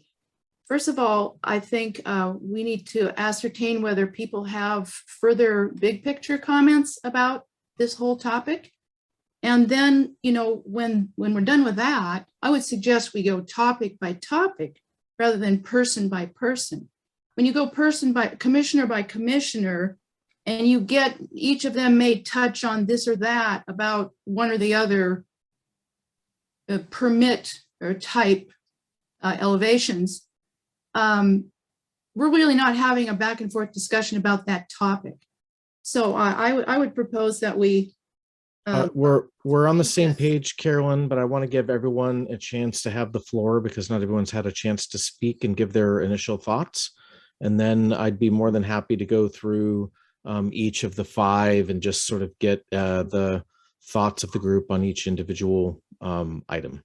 Well, that's great. As long as we're going to, focus on those topics, exclusively and have a chance to discuss with each other about them. Thank you. Yes. Mm-hmm. Commissioner Friedman, if I could have you, if you have any top level thoughts. Yeah, feedback well, actually, for. I just wanted to get clarification because I think I was the one who threw out the 4 hours per public notification number that I guess my math was wrong. Can someone help me understand how my math was wrong? Because I'm pulling that straight from the tree removal permit. I mean, I literally took the 142 permits per year divided by the average increase of 35 hours per year. That I came up with 4 hours. Is my math wrong? Yeah, so Yeah. if I can help clarify that. So we estimate that listing something on the permit bulletin is going to add about 15 minutes of staff time per listing on there. And if you 142 times 15 minutes is roughly 35 hours. So that's the math. Got it. Okay, sorry. Okay, so then I guess I would just my parting thought here then, while I have the floor, is that I really appreciate Carolyn's point, you know, and calling out kind of the charter, the mission, and whether and raising the question of should we be even wrestling with that question of the demand on staff? Is that really germane, you know, part of our commission's charter here? So because as several have already expressed, moving anything from type 1 to type 2 seems like a minor thing from a cost and perhaps the cost benefit analysis of that upgrade from type 1 to type 2 seems pretty strong. That's Okay. Victor, do you have any overall thoughts? Yeah, I have a few. So first, personally, I haven't woken up to chainsaws, but I've certainly come home to a missing tree. I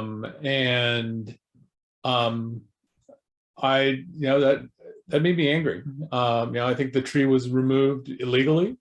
I certainly wasn't told about it, and I would have appreciated that. And again, I don't know whether it was removed illegally or not. We'll never know. As Allison says, sometimes people make mistakes. And so the more eyes on this, the more people that know, the better. Second comment, I think, let's say about 2 years ago, I think it was, the incoming mayor Bond, said that the city had a trust issue, and she said that in a council meeting. I think one of the ways that you solve trust issues is by having a lot more transparency, and I think that the proposal that we have in front of us works toward that and helps address that issue. Then I echo a lot of the comments that Carolyn made in terms of the charter here and what we want to accomplish. And then lastly, in terms of I think the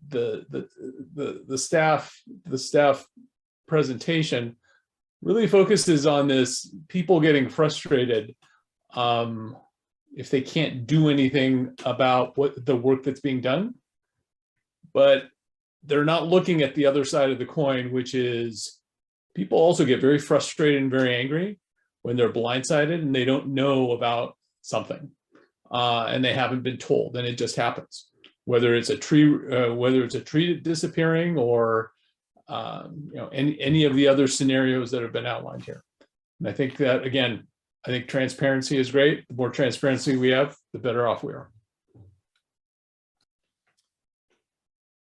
Thanks, Victor.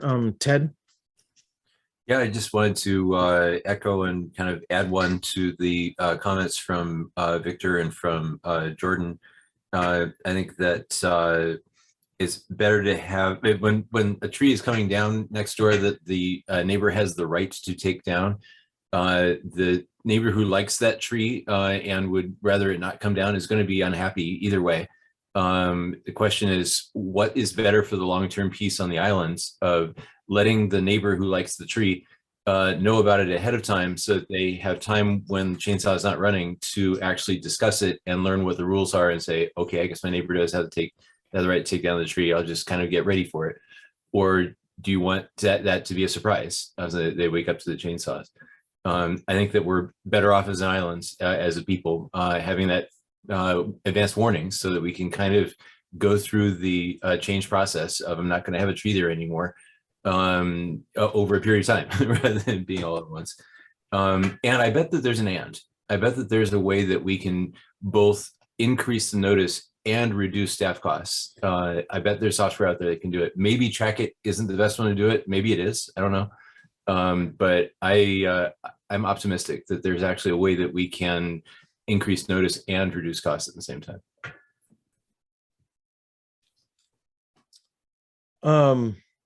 Thank you, Ted. I'll lend a couple of high-level thoughts, and then, as Carolyn suggested, maybe we can just get any specific comments sort of one by one on this.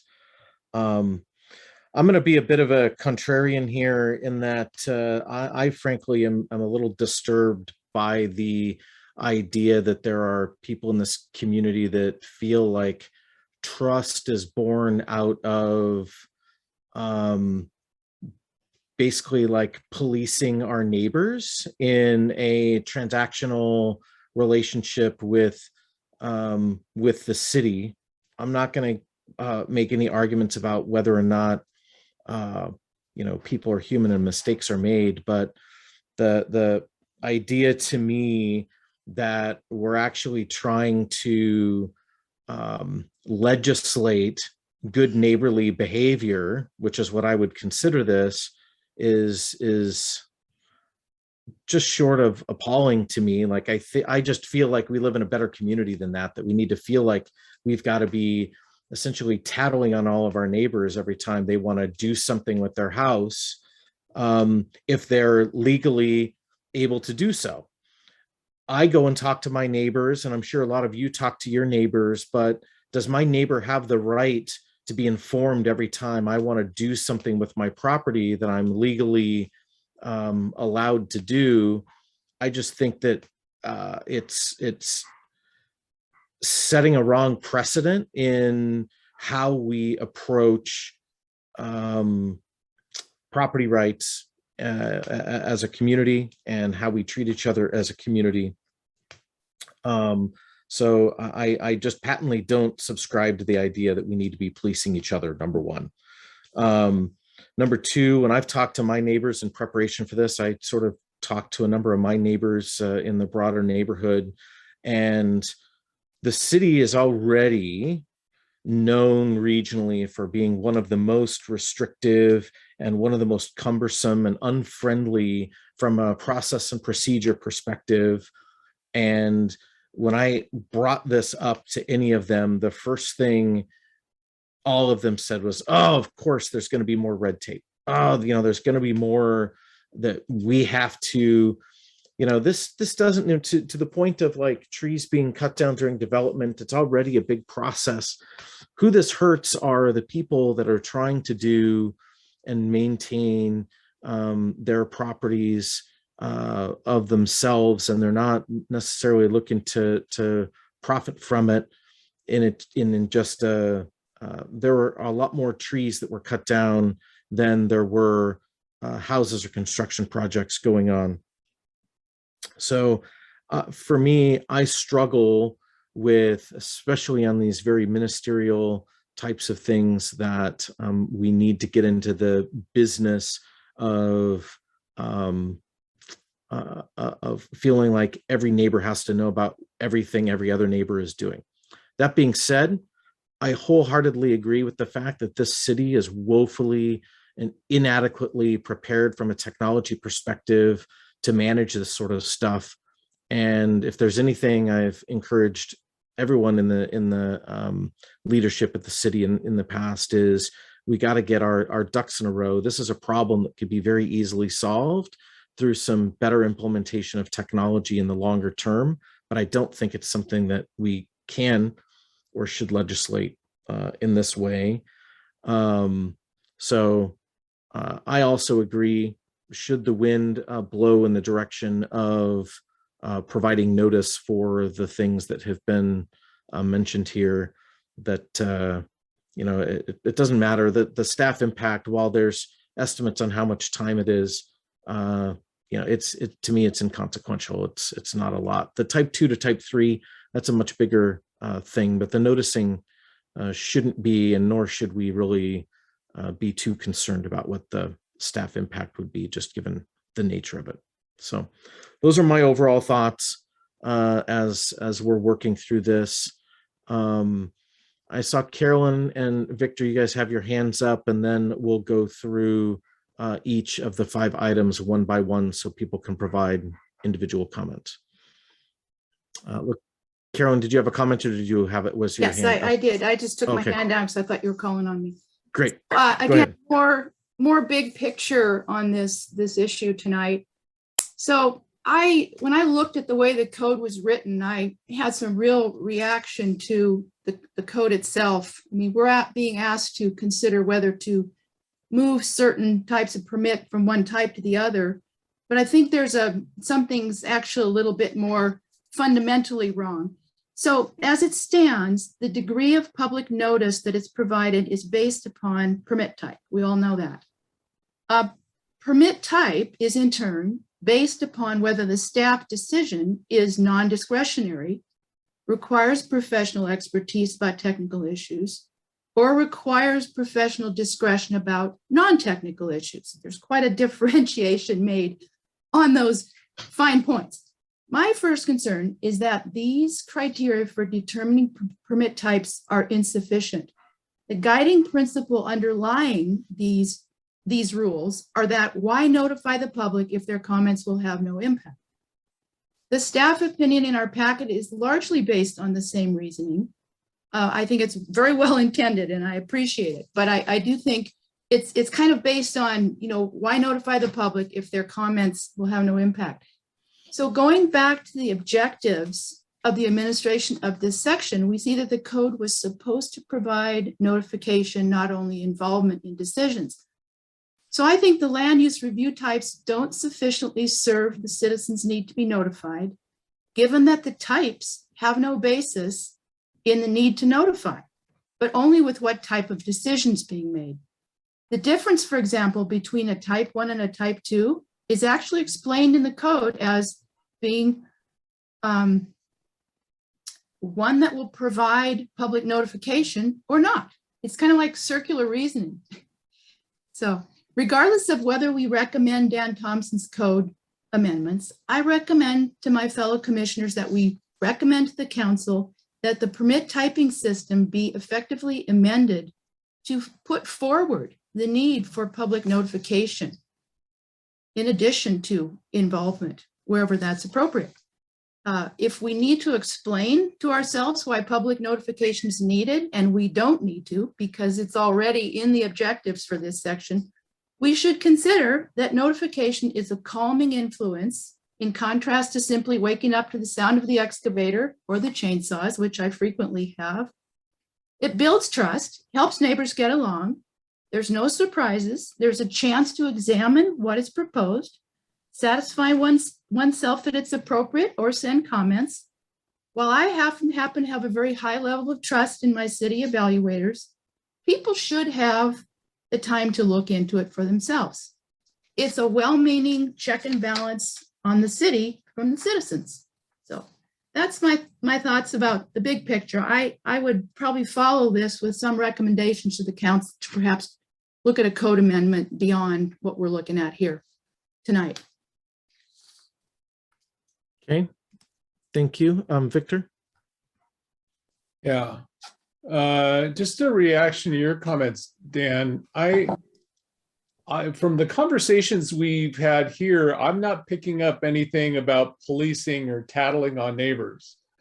What I'm getting is basically what Carolyn just said, which is this is about a city communicating with its residents and its inhabitants and building trust through transparency. That's fair and fine. I respectfully just have a different view that in the name of transparency, we are positioning this as a way for neighbors to police each other. And I just like, I'm not, I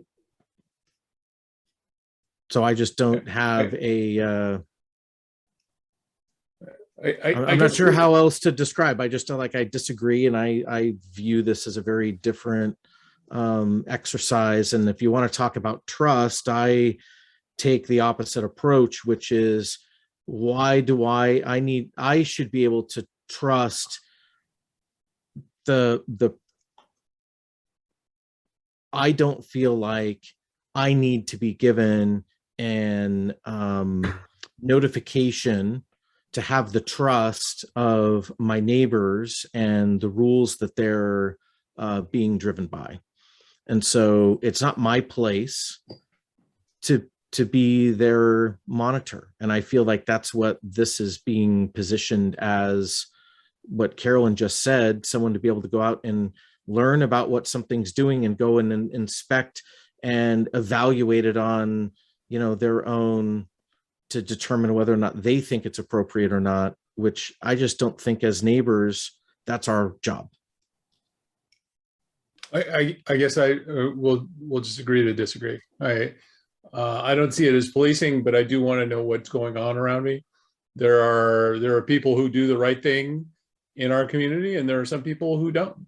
And I just, like Carolyn, I'd like to just make sure that I know what's happening in my neighborhood. I'm aware that I'm the minority on this board in my opinion. So, Ted. Oh, you're on mute still. Still muted. There, There now you I'm unmuted. Okay, just want to touch on a couple of things. One is that yes, going from type 1 to type 2 is a very small impact, only 15 minutes, but you got to look at the multiplier, right? If you do that for something that you're doing 142 times a year, you're talking thousands of dollars now. So we need to be careful when we go from a 1 to a 2 as to how frequently does that thing really happen. And as far as the policing conversation is concerned, we've got 30 police officers in the island. We've got 10,000 houses in the island. There is no way that we can count on our police to track every tree and every action that's being taken on every property. We rely upon our neighbors to be able to report to the city when something's happening that shouldn't be happening. You could call it not trusting your neighbor and policing your neighbor, but it's also the reality that we cannot rely upon a small town police force to be watching every property out there. So I like it. I like to think of our neighbors as being talking to each other and being friendly with each other and generally having good neighborly relations, which in most cases we do. But when something's happening that a neighbor doesn't like, there should be some way that it not be a surprise for them so they can kind of get used to the idea before it happens.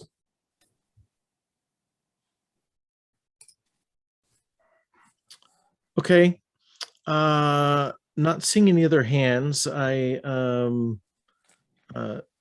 do agree with Carolyn's view of maybe taking the 5 of these and just sort of getting a sense and providing direction to the staff on where we want to go with each of these.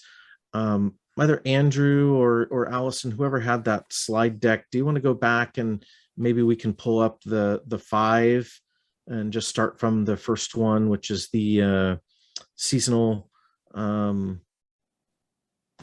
the seasonal deviation thing is.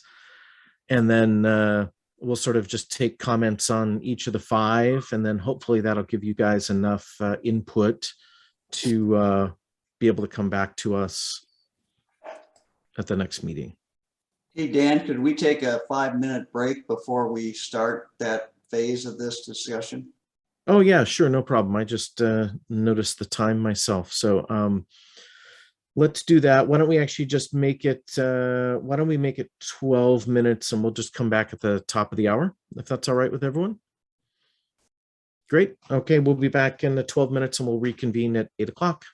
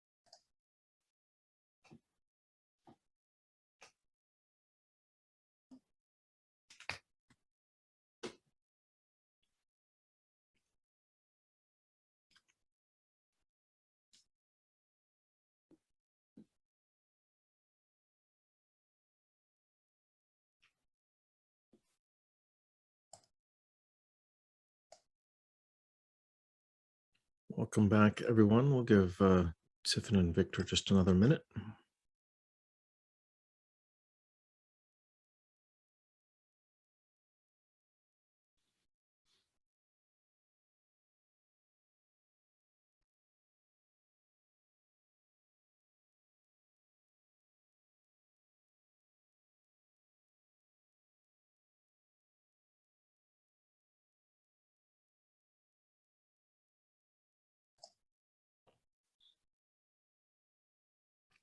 Andrew, do you want to just go to the next one that has the individual,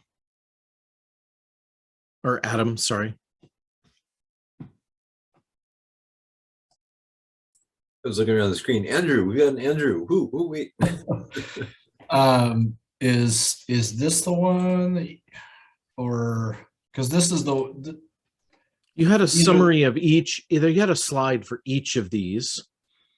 okay, I see. So this one, Yeah, exactly. So we'll just go one by one through each of these. and if I could recommend or just throw this out there again, like the direction we're looking for today is kind of the high level direction. So it could be as simple as like kind of a yes or no, make a change for each of these, and that would be kind of the level of direction, and then we can come back with a more kind of specific proposal with that general direction. Yeah, I got the sense from the conversation earlier that there were some people in favor of considering some of these and not in favor of others. Mhm. And so it'll be good. Let's just go one by one and we'll get feedback on each, and that'll give you direction on which ones you should prepare any code language for. Okay, great. Yeah, I just think, yeah, the code, the specifics of each one, we don't necessarily need to get into. Just that's just my own thought on process, but whatever works for you guys that's your process. Yeah. Yep, for sure. We'll once to your point, you're going to take this feedback and you're going to write up code language that'll give specifics to each of these and what is exactly changing. And so although it's mostly just changing the permit types, but there may be some nuance in there. So yeah, with that, I see everyone back online now. I think I've summarized this, but we just want to give direction to Adam and Allison on which of these, if any, folks want to see brought back or not as potential items to review to make the change or not. So does anyone want to start on the seasonal development limitation waivers? Have an opinion on whether this should be brought back to us for consideration to change the typing? Carolyn. Yeah, I think this is one that should be moved to type 2. It's the type of thing, it's kind of like tree removals. You wake up, the excavator is there, chainsaws are going because they've gotten permission to, remove trees that normally would not be allowed to be done in a critical area between October and April 1. So this is the type of thing that is something I think people should be able to quickly check the bulletin and see if this has been approved, because they may be well aware that there's a critical area there, a very steep slope, and be concerned about what they see. So I think this should be made. This change should be made, I think.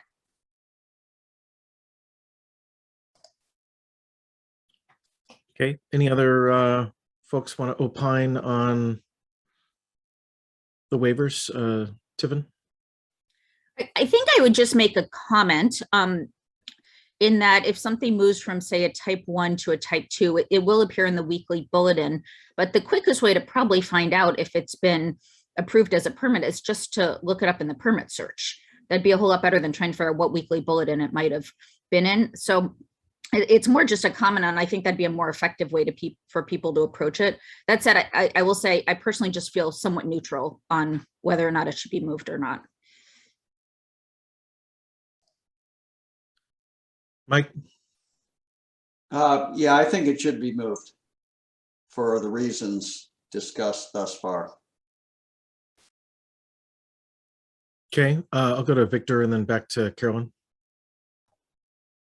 So I'm also supportive of the move, and I guess I think that's all on that one. Although, Tiffin, was it you that was, or I can't remember whether it was you or Allison that was asking about how many people actually read the CPD bulletin? I made it as an offhanded comment. Okay. I mean, I don't know. I just wanted to be on the record as saying I'm an avid reader, and I was even prior to the planning commission. So I do know that about you. So I know someone does. And I'm a little bit of an outlier there, but Carolyn. Yeah, we've had a few discussions tonight about, finding the information that something is indeed approved using another type of search. But I don't think that we should presume that all islanders know how to do that. It takes a little bit of a learning curve to learn how to do that. I've messed with it and failed a few times. So anyway, I do think the bulletin is good. And it's possible the city could do a little bit better job reminding people of the existence of this. Maybe put it in the city news, once a year. Hello, everybody. There's this link. You can check. You see something you're worried about. Take a look. Thanks. Great. So Adam, it sounds like there's a consensus of at least 4 folks that would like to see this one brought back for consideration. Excuse me. Let's move to, unless there's anything additional people want to add to this, let's move to the next item, which was, I believe, the tree permits and notification. Carolyn? Okay.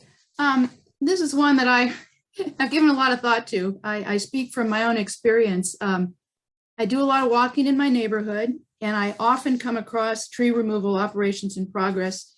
Even worse, I wake up to the chainsaws close by. So what I usually do is, because I know I don't have a permit bulletin to look at, I ask the supervisor on the site if the work is under a city permit. And it's really sad to find out how often they don't know or don't answer. So, and even more alarming, we have to remember that people also take out trees that belong to all of us. These are public trees. They're in the right of way. And that's even an issue that whatever we do tonight won't solve, because permits are not issued for trees taken out of the right of way. So I've come across several neighbors chawing into Douglas firs right out there in the city right of way. And so that's another problem. But in any case, the only thing I can do when I see this going on is I call the city to ask. But then the homeowner becomes really angry with me for calling the city on them, right? So whether there was a permit or not. So these kinds of lack of information creates problems between neighbors. And I really have not liked being in that position particularly. But I will always stand up for a tree. So I really am in favor of at least making this a type 2. But I do want everyone to understand, because I've heard some kind of confusion on this tonight.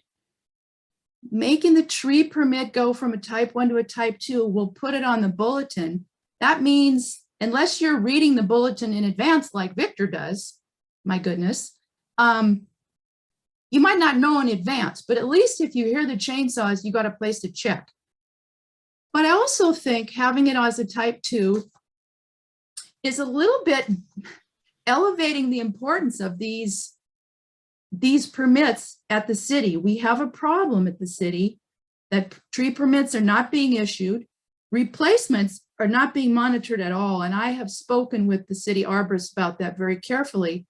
They're not following up to see if replacements are happening. So to my way of thinking, at least moving it from a type 1 to type 2 raises the notice of this type of permit and would be a good place to start, but only a start. If I can ask a question of Adam and Allison, my understanding of residential tree permits that are not associated with development, obviously if there's development happening and there's a tree permit, it's a part of that whole review process. But if I wanted to remove a tree on my property, the way I understood it is that the tree permits were essentially tacitly approved. When you apply, you provide all the information, and that there's no review process per se, that it's just like you submit it, you notify the city that you're removing a tree, and you sort of attest that you're doing it within the parameters. Like there's nothing that basically, if it's of a certain size and I say I'm taking a tree out, I apply for it, I get a permit number, it's immediately approved, and I could fill out that form on the website and go out and cut down a tree 10 minutes later. Is that a correct understanding of the way that the tree permits work? It does have to get approved by a city staff member, but it's done by one of our permit techs or permit coordinators. It's not reviewed by the city arborist, with the exception that if it's located in a critical area, then it does receive city arborist review. And there's a little Sure. more process involved then. But my understanding is that the timing is rather quick. I remember when we Yes. instituted these permits that it was like a 24-hour or less turnaround. Yeah, I mean, back when our city hall was open, you could come in and do it over the counter, as soon as you met with the person and showed them your plan, they would look at it and sign off on it. It was very quick. And Yeah. now it's done electronically, so it takes a tiny bit longer, but it's still relatively quick. And the permit could, in theory, like if I pulled that permit on a Monday morning and the permit bulletin comes out on Friday afternoon, I could get the permit apply for it in the morning. It could be approved by midday. The tree could be out by late afternoon, and it would show up in the permit bulletin on Friday. That's correct. The permit bulletin is published every Monday. So say you pulled the permit Monday afternoon, you cut the tree down Tuesday, it wouldn't show up till the following Monday, the following week. Okay. If the commission would allow me, I wanted to share the mybuildingpermit.com site just to show you the type of information that's available. Would it be okay if I take a moment to do that right now? That would be a good. I saw a couple of head nods, so. Here it comes. Okay, so I just went on to the mybuildingpermit.com and did a permit search, status search, selected Mercer Island, selected permit type tree, issued permits, and then I selected dates, September 1st through today. And what came up was this whole list of all the tree permits that were issued this fall. And this took me about, 45 seconds to get this information. And I can easily see all the addresses where permits were issued, and I can see a short description of what's going on, how many trees are proposed to be removed, and what they're supposed to be replaced with. And I think if I click on, here's a big one, remove 6 trees, replace with 10 trees. Let's just click on that. I'm not exactly sure what's going to happen. Okay, it just gives me a little bit more information here. I can see the parcel number, I think. Yeah, I can even see who the applicant and the contractor are. So there's quite a bit of information available here. I can see what date it was approved and the initials of the staff member who did that. If you click conditions, it'll say if there's any. Yeah, so There's none there. Not here, and depending on what kind of tree permit this is, there may or may not be inspections. But you've got a pretty decent amount of information there about what's happening with that tree permit. So I just wanted to let you guys know that this is already available. And I don't know, how many folks out there in the public know about it, but it is pretty easy to use. And I'm correct that this is real time, so that if I were to apply for something at this moment, 5 or 10 minutes from now, if I did a search, I would see it active in the system. Yeah, I think that's correct. I don't know what the refresh rate is, but it is fairly close to real time. Okay. Victor, sorry, you had a question. Go ahead. So, so Dan gave one scenario where, any one of us as a homeowner wants to go cut down a tree. We go apply for it, and it shows up in the CPD bulletin retroactively. I'm wondering, for a larger development, and this is kind of where I saw a tree get lost, which was the building of a house or the development of a facility, where there are a number of trees to be removed. Is it as easy to just go in and just do it right before you cut the trees, or do you have to do that as a part of the building permit process? Yeah, so anything that's associated with development would be reviewed along with the building plans. There is a quite extensive review, and typically you're required to provide an arborist report that documents all the existing trees and their condition and size, and proposes tree protection for the trees that are supposed to be saved. They need to propose which trees will be cut and which will be saved, and the ones that have to be saved have to have appropriate tree protection. And there's a limitation in the code on how many can be removed. And so the city arborist is looking at that report and the proposed removals to see if it's in compliance. Got it. Okay, thanks. Carolyn? So I wanted to comment on what the tree removal permit system was designed to do. It has a sort of an underlying purpose, which is not real obvious. It's for tracking the removal of regulated trees within a 5-year period. That if you then go to develop your property, you're dinged for not saving at least 30% of the trees if you've removed them in the previous 5 years. So the permit is the piece of data that enables the city to decide if you've mowed down all your trees prior to developing your property. And if you indeed have taken more than 30%, you're going to have to wait until that 5-year period is expired. So that's what the tree permit is for. So when people don't get their tree permit, which they often don't, in my experience, until I call the city, that whole preservation of our iconic, wonderful Douglas firs and whatnot is lost. So that's just some background. In regards to the tree permit not showing up on the bulletin right away, yeah, that's a problem. I think that perhaps a separate system is warranted. I doubt that it would go over very well to put on city news. Here's a tutorial on how to, look for permits. Maybe that would be something worth doing, is just letting people know that if they'd like to pursue this tutorial, they could do it on their own. So that might be helpful. Perhaps there's a software change that would involve, when people apply for a tree permit, it just immediately goes into a searchable system that people could use. Maybe the tree permit, since there's so many, and if things get better around here, where tree permits are more frequently issued, maybe there'll be even more. Maybe that should be a separate system. I don't know, technology. Most of you know way more about that than I do.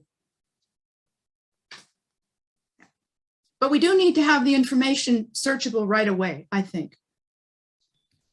So I'm going to ask, just to get consensus on whether or not we want this on here, I'm going to ask one question, or just make one point, which is, it's clear to me that there's a real-time system for people to go and gather this information. And I'm wondering if in the notification, something that would be easy to implement would be to actually have a section, rather than listing all of the tree permits that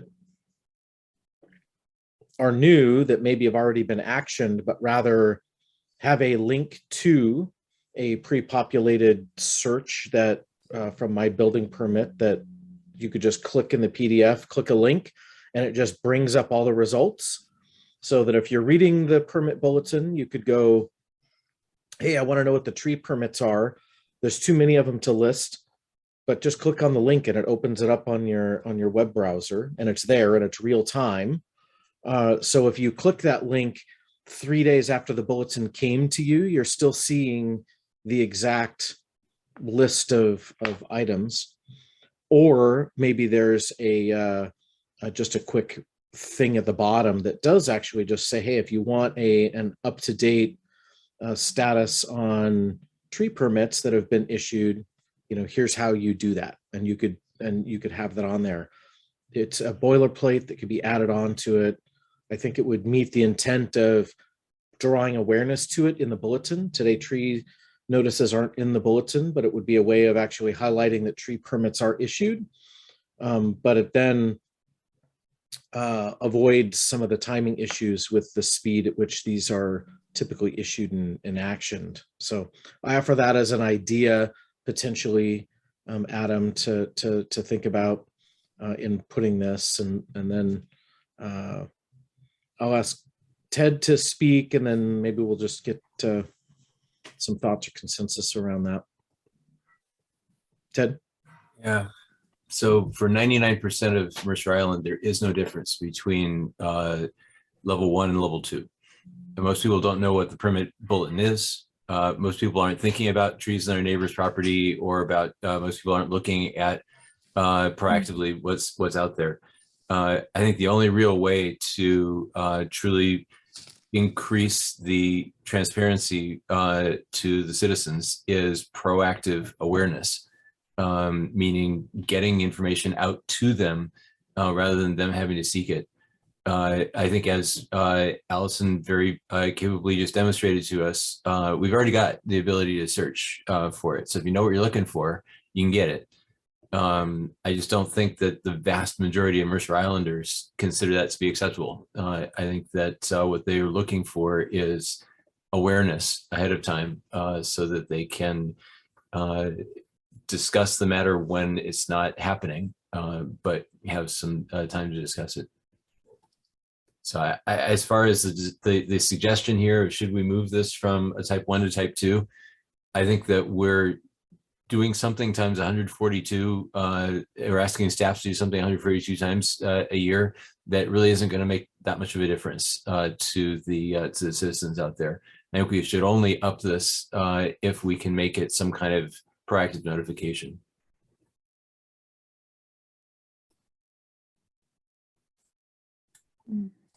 Oh, sorry, Victor.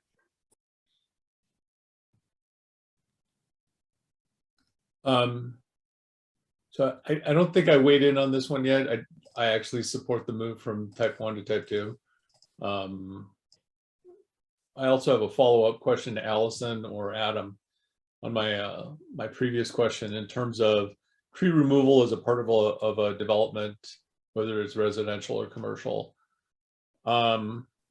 In the event that we change this from type 1 to type 2, would the notification specifically around tree removal be broken out, or would that be included as a part of the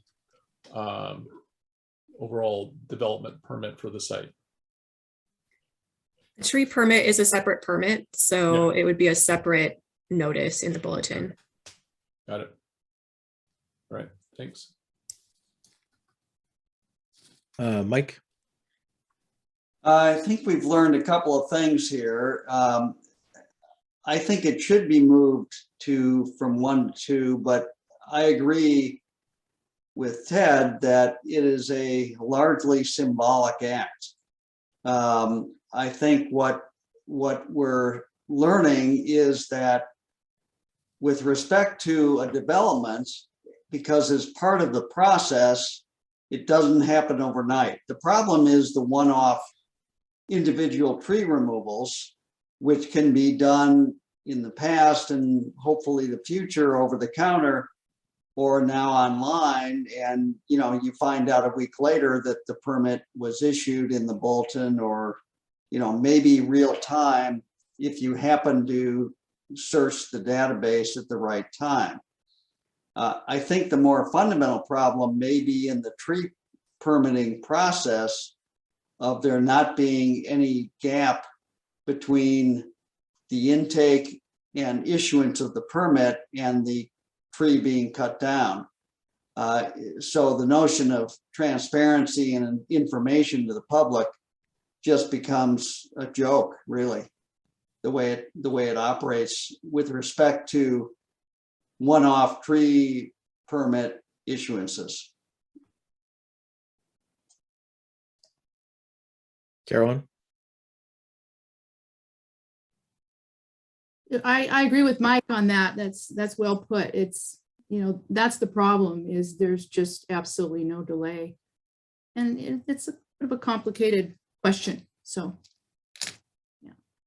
And I think Ted made somewhat the same point.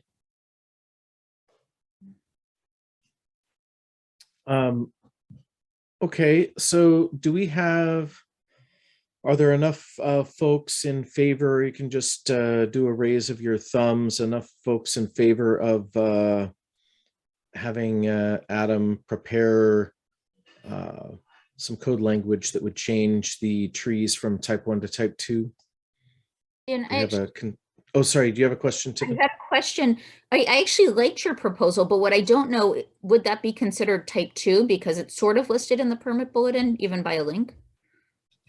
That would be my question. It would be something that I would say if people are in favor of, there's consensus to move this to a type 2, that I would certainly encourage the staff to look at that as an alternative, so that it's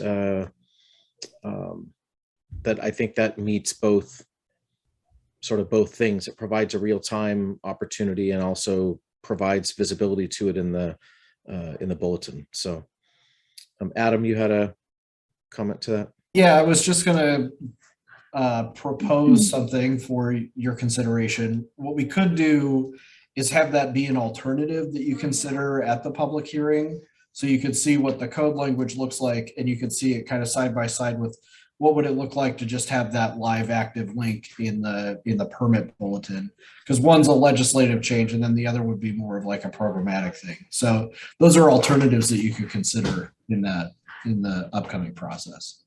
I guess, Adam, my Yeah. question is, say it was moved to type 2, could you sort of, as an administrative decision, just link it, or would you have to do it more as a list? Oh, sorry. I'd have to look at the requirements for posting on the permit bulletin. The code has some specific things about what has to be included in that. So I'm not sure if having that link would satisfy those requirements, but we could look at that at the next round of review. I was going to say, I agree with what Adam just said. And right now, every time the permit bulletin gets sent out, there's sort of a cover page on it that includes like a FAQ with some basic information. It'd be very easy to put some links there. Like, here's where you can find tree permits. Here's where you can find, whatever kind of permit you want to call out. Assuming we can build links that go right to those correct searches in mybuildingpermit.com. Like, maybe that's a really easy way to make that stuff more accessible. It's a really elegant solution in my opinion, but Yeah, that may not be technically feasible, actually, depending on how my building permit is constructed. I was just trying to look at the page source. And it's not letting me. It may not be as trivial as you think, as we think. But it might be something we could request as an upgrade to my building permit. I don't know how easy it is to make that kind of change, but. Yeah, or there could be an unpublished API to do it or something like that. So, it may take reaching out to them, but that's, something we can explore if we think that that's feasible. Carolyn? Yeah, I like the sounds of this. Anything that gets us to a more immediate knowledge of whether there's a tree permit been issued is easy. If that's what we can do, I think that would be good. Ted? Thanks again for bringing that back up again. So Well, I guess if getting from, you can search for it in a database and find it, to you can find it in the bulletin. If you know the bulletin exists, you know what, where to go look at it in there. If that costs us 35 person hours per year, I'm not for this. I think that there are much more effective ways we could spend that 35 person hours. I think if we can spend 35 person hours to go from what we currently have to something that's proactive, that lets people know a week or 2 weeks ahead of time that a tree is coming down, that's worth 35 person hours. But I'm actually not for this if all we're getting is just another way that somebody can reactively look for it once they're aware of it. Victor? I'm going to echo what Carolyn said earlier. I think staff cost of this is out of the scope of this conversation. I also think that cost can be brought down, but I think this is more about, do we want transparency and public disclosure on this? And I support that. Carolyn, last word. You're on mute still. I want to get back to what Ted is saying. I want to really make sure now that this is a really important point he's making here. So, you know, we've been asked tonight whether to move a permit from a type 1 to a type 2, but we're sort of discovering that as far as tree permits are concerned, they're approved the same day. The motivation for issuing those tree permits is a little bit more, there's something behind the scenes that we're not really thinking of perhaps, but still people need to know. And so Ted, I think you're asking for a change in Title 19 that would put a delay on, I'm not sure where the change would be, but you're looking for a delay on when the activity could occur in relation to the issuance of the permit, right? I'm trying to get more advanced notice of people, to people of a change to their the quality of the environment around them. Whether that's a week or whether that's a day, or I don't know. But as long as I think if people are given some advanced notice, so they're not feeling like it's happening to me right now, and maybe that does require change somewhere else. I don't know, but. Yeah, I'm particularly concerned about public trees, but again, that's another issue. So Allison, how, or Adam, how could there be a delay instituted? What code amendment solves that? I think you would have to have a comment period related to the issuance of the tree permit. I see. Or the application for the tree permit, I guess it would be. I see. And then, you know, there'd have to be you'd have to wait for that public comment period to conclude before the permit could be issued. And that could be problematic given that there really are no limitations to cutting your own trees on your property. You know, I mean, you can get a permit to cut them. You're just not going to be able to develop your property subsequently. And, you know, if you take exceptional trees out, they're various diameters, they also come into the picture. But so, yeah, that's a sticky one. Yeah. As far as how other jurisdictions handle this, I'm aware that the city of Seattle does have a public comment period for right-of-way trees. So it's required to put a sign on the tree that says this tree has been proposed for removal and here's how you comment on it. But that's just for the city right-of-way trees. So would that be, if I were to want to propose that, for example, would that be a Title 9, a tree code code amendment? Yes. Okay. I'll keep that in mind for later. But yeah, thanks. Okay, so for Adam, was there consensus from at least 4 people that they wanted this to be sort of brought forth as a part of the recommended code for moving tree permits from type 1 to type 2? Thumbs up if you're suggesting that Adam should bring that back. I have to ask a question. I'm sorry, Dan. Were we also talking about something that had to do with a link instead of moving it from type 1 to type 2? Was that a or was that a both? Well, there's the moving of the type, and then there's a question of are there alternatives to just typing, because keep in mind, you move it to type 2, and the only requirement there is that it has to be published in the code bulletin Right. that we've already established. There's some questionable timing and readership of. And so then I just brought up like, hey, irrespective of whether we move this from type 1 to type 2, in the interest of what Victor's saying, if we're trying to make this information more accessible to people, it's already pretty accessible. We just, to Ted's point, need to make it more discoverable. And if adding a link to the bulletin helps accomplish that, I think that's an easy thing to do. There's probably places on the website that we could implement that. So I think that is, or in that it's not a part of the main motion for us to consider, which is, does Adam bring back code language for us that moves tree permits from type 1 to type 2? That's question number 1. And then question number 2 would be, irrespective of that, do we also want to consider an alternate recommendation to potentially looking at doing something else? So you're asking us 2 questions then. I'll be happy to vote when I know which question I'm being asked. So I'll ask the question again. Do I have 4 people that want Adam to bring back code language that would change tree permits from type 1 to type 2? I have 3. So I've got 3 people in favor of that.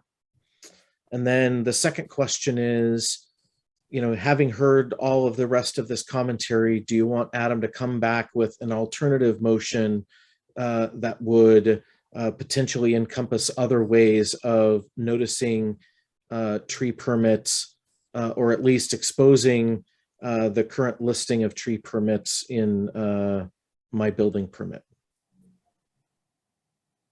Okay, and I see 4 or 5 folks, 6 folks there, and I'll raise my thumb, 7. So Yes, sorry here. Okay. so Adam, 1 sec, Adam. So is that clear direction for you? Clear as Right. mud? So it seems that there was not consensus for increasing the type 1 to type 2, but there was consensus for seeing what that link would look like on the permit bulletin. That's what I heard there. Seeing what other things we could do to daylight this information that's already on mybuildingpermit.com. Yeah, the information's available, and how are there alternatives? And it doesn't have to be just the link in the permit bulletin, but are there alternatives that meet the intent of the direction? Okay. Yeah, that's clear enough. Yeah. Great. Carolyn. Yeah, I just wanted to say that, we don't really know where this is going to go in terms of being able to find some other link that works really well. And we're not really tonight voting on the final, we're not voting on the proposal. I personally think that it's premature to say we will not look at that 1 to 2. I mean, that's still part of the docket, and we haven't voted on that. So I would like to say that I don't think that we're eliminating the original proposal by Dan Thompson with this casual, thumbs up deal here. It still needs to stay alive if the other item doesn't work. Is that understood? I mean, are we all kind of have that in the back of our minds? So the way I would say it is of course not dead. It's giving direction to Adam on where to spend the time developing information for the public hearing. And through that process, you're always at liberty to introduce a motion as such related to this. So Okay, thank you. Yeah. And I think in particular, since this is really just editing like one word on a chart, it would be very easy to change things by motion after the public hearing. Yeah. Okay, so can we go to number 3? Adam, I don't know if you have your PowerPoint still available. I just forget them, so. Little short plats.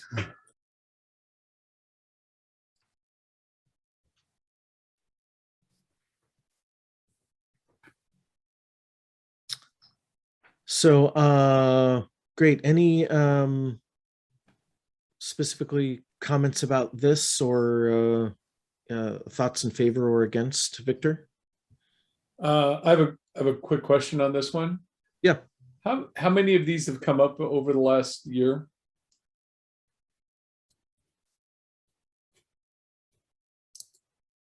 Not very many. I don't have the exact number here. Let me see just a second here. It was in the staff report, how many we had done in the last few years.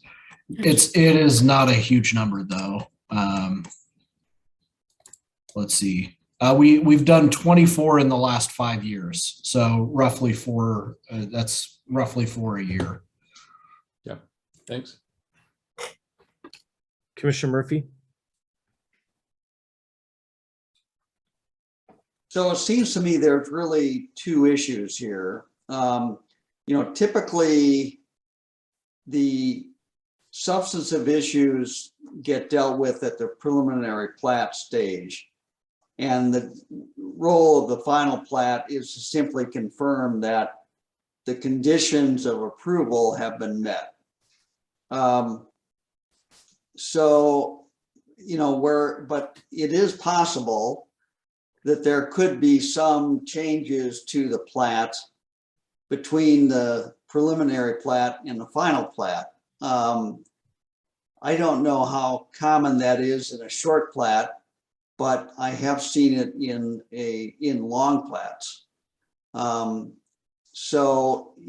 If there are material changes, it seems that it would be appropriate to give notice to the people who were parties in interest to the process. And this was touched on earlier. And I think that, whether there are changes or not, I think there should be some process for notice on a programmatic or otherwise basis to anyone who is a party in interest, and not just leave it type 1, where there's no notice. So there's no opportunity for the parties in interest to look at what's been done and approved to make sure it is compliant.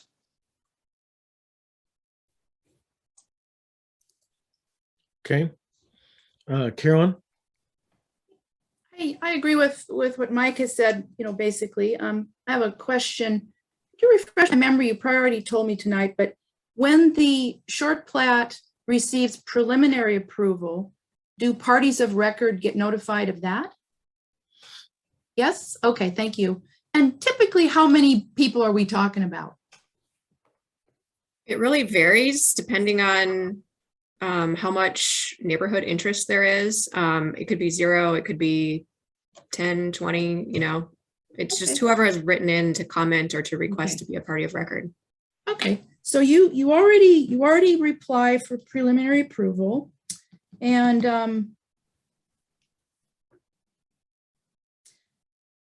I presume I take it that you don't want to send letters of final approval, but moving from 1 to 2, I think is a very basic, good thing to do. It should be something included in our bulletin.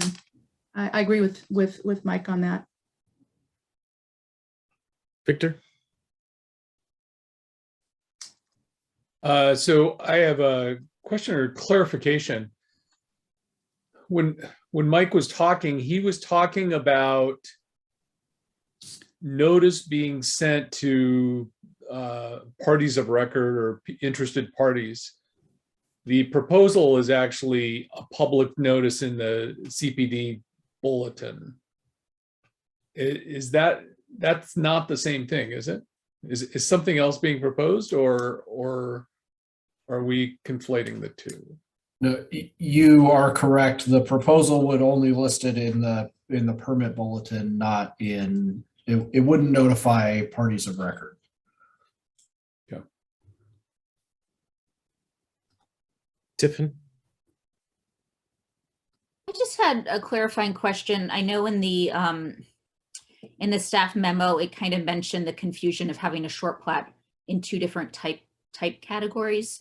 I guess I was kind of probing a bit about how big a deal is that if one, for example, said preliminary short plat and one said final short plat, does that create some issues in the background that aren't that obvious?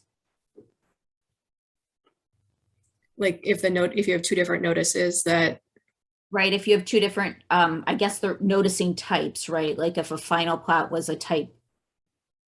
Well, is a final plat now listed as a type 1 or not listed at all? Is it it's just? type 1. Sorry, It is the type 1, yes. So the final short plat is currently listed as type 1. Mhm. And then the prelim plat is a type 3. Correct. So there's not kind of this tension between having two different types for a final and a short plat. Okay, so that was my first question. Actually, that was really my only question. And then, yeah, Mike's proposal is kind of a different question, I suppose. Ted?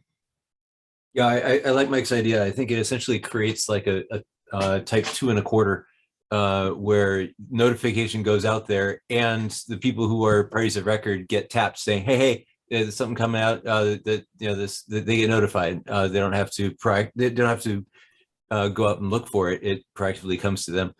I think that implementing it might require creating essentially another type in between 2 and 3. But I like it. I think it does improve the level of visibility and proactivity, and doesn't have to do it times 1,000 people. It's just times the people that were parties of record. Carolyn? Maybe I'm getting a little bit dopey here late in the evening, but Mike, is that what you recommended, was to send a letter regarding final approval to the parties of record and move it to type 2? Yeah, I think the movement to type 2 is sort of irrelevant.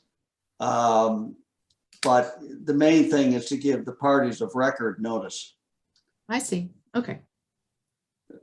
Moving Devin? it to type 2, you know, I mean, that's a small thing given the number Yep. of those that are out there, but that's not the important part. My hand is still up. I'm just trying to wrap. So I guess I would differ just a little bit. I think of the bulletin not only as, well, I think it should be complete. So even if you do feel that even if we feel that sending a specific communication to parties of record is needed, I do think someone should be able to go and look at the bullet and say, what are the things that are getting approved this week? And I think that final plats should be included in that. Okay. Tiffin? Yeah, I was just going to say, I hope we wouldn't have to create another type just to send that information to parties of record. I think it could probably be done administratively, if not with a minor code tweak. I'm not really sure what's required. But yeah, I think we'd have to be careful before we get into more types, because that could, you know, have other things occur. But I personally would be fine moving it to type 2 and also doing something administratively as Mike proposed. Allison, did you want to respond to that? I just wanted to clarify. I think we might be getting a little confused in what's happening with type 1 and type 2. So if something's a type 2 and there's a notice of decision, it does require notice to be provided to the applicant, the parties of record, and any agencies with jurisdiction. So if it's moved to type 2, there would be notification to parties of record. Oh, cool. I didn't know that. Okay. Okay, good. Okay, thank you for the clarification. Jordan? Perfect segue into my question. What is a party of record? You've been to Cabo. Come on. I mean, I Googled it and it says a person who makes a formal appearance either in person or by an attorney. Okay, so, and But that's they kind can of what I was also, thinking. it can also include people who've made a written public comment, or they can email us and say, I would like to be a party of record. Right. So unless unless something falls within the type 3 category, type 3 or type 4, there is not there. I mean, there won't be a party of record, right? So, and I guess that's why it applies to the final short plat, because it's the preliminary is a type 3, and that's when parties of record would, like neighbors would become parties of record because they lean in, they offer an opinion or whatever, and then by that they become a party of record. Do I understand that correctly? Well, yes, partially. I think it could be a type 3 where, the mailing has gone out to the people within 300 feet and then they've responded to that and requested to be a party of record or submitted a comment. But I think even if it was a type 2 and they saw it in the bulletin and commented on it, they could also be a party of record. Because I'm trying to apply that to the previous conversation about tree removal, and the reason why I changed my opinion on that was because of Dan's the point he made, which is that it's a same day approval, and so in all likelihood it's going to come out in the notice after the tree's already been cut down, and more often than not, and so it just kind of negates the point of upgrading it from a type 1 to a type 2. And in that scenario, there are no parties of record. I mean, in all likelihood, none of the neighbors are going to hear about it, right, and have an opportunity to express an opinion, right? Okay. Right. Okay. Thank you. Tiffin? I guess I was going to have a comment similar to Jordan's, that I was just thinking back because I didn't remember that part about the type 2 permits, that it requires notification of parties of record. So I was thinking about how that applies to the tree permits. Well, so there's a notification if there's a notice of decision required, which, let me look back at the table. So I guess if tree permits were moved from type 1 to type The table 2. says no notice of decision required for type 2. Okay. Interesting, because when I'm looking at the notice of decision section down below in 1915-120, it references type 2 permits. Something to add to the code cleanup exercise, I'm sure we'll do later this year. Mike, did you have something else? Okay, No, that was it. That was my point. So with all of that discourse, do we have consensus around this action to bring some code language back for the public hearing? Am I seeing any thumbs up for folks? Okay, I see Again, the 4. question, you talking, are we moving to 1 to 2? Is that the question? That is what is on the screen. Yes, that was the Okay. proposal from Mr. Thompson. For sure. Okay. So, yep, we have a consensus there to go ahead and bring that to the public hearing. And then hopefully we can be quick with numbers 4 and 5. So lot line revision as proposed would move it from a type 2 to a type 3, which is a much lengthier public process, as Adam walked us through earlier. Carolyn? I think anything that I think a lot line revision should be moved from a 2 to a 3, because the orientation of lots in a short plat does have a significant impact on people living nearby. I think they need to have a chance to comment and interact with the process, as I think of, maybe it was Dan Thompson mentioned earlier, pertains to where driveways will be built, where the houses will be built. And that's a really important time for people to send in comments that may not have, you have to do this, but as your neighbor, I'm really interested if you would do it this way. And there is a negotiation process that occurs when you have that kind of commenting going on. I've experienced myself with a short plat next to me. And so I would advocate for moving that to a type 3, because it is a significant impact. Okay, I lost my screen. Where'd it go? Victor? So I also support this. I'm going to echo Carolyn's comments. I won't rehash them. I have a question for Adam and Allison. How many of these have we seen over the last year? Or what's an average per year that we see? And Adam, I see your lips moving, but you're muted. Let me get the number here. Okay.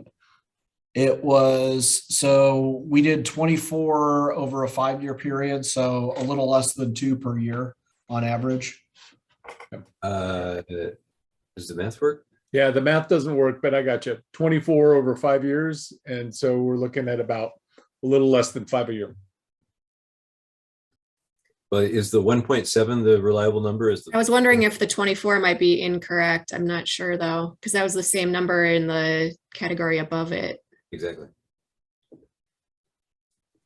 Yeah, You may have found an arithmetic error. I think the 24 is the right number. We'll It have to gives me double an check idea. it. It's not at the level of trees. Yes. Right. Exactly.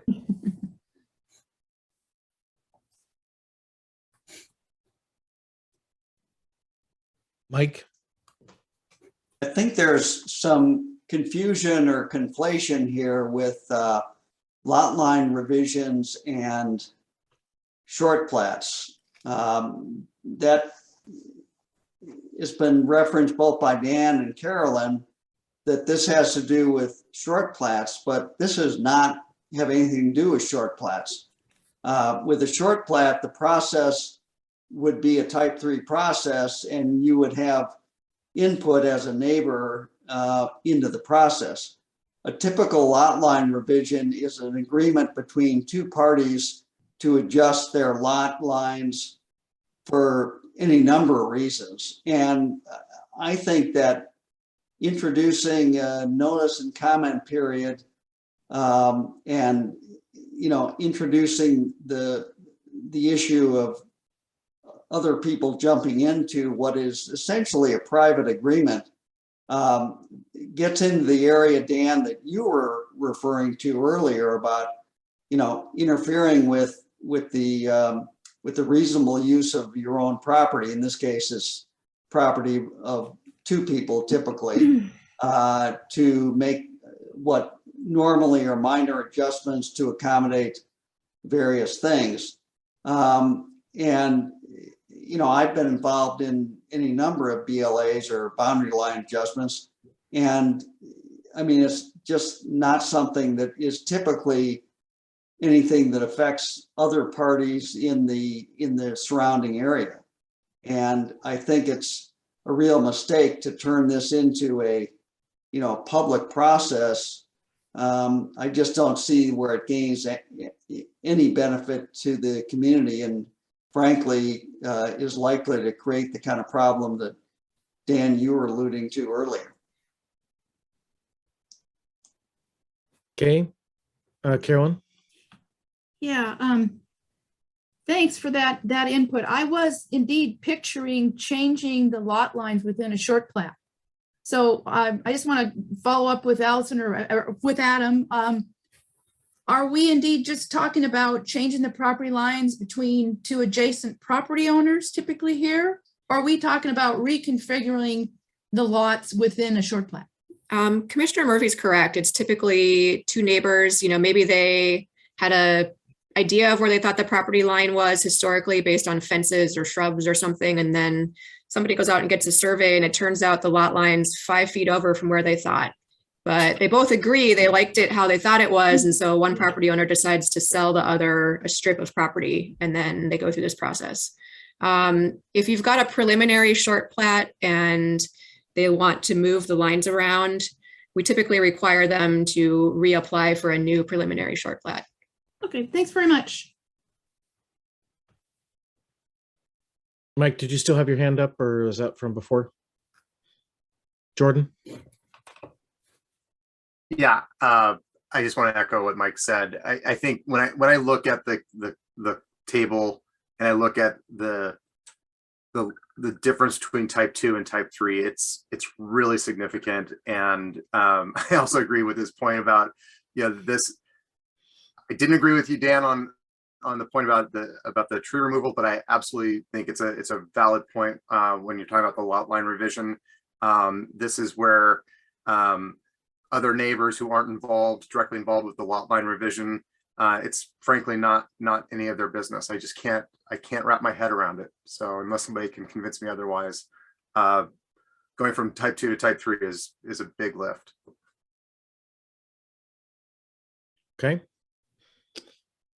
Any other last comments? And then if not, I will just ask, do we have a consensus of folks who are in favor of this language to have Adam bring back for the public hearing to include lot line revisions moving from type 2 to type 3?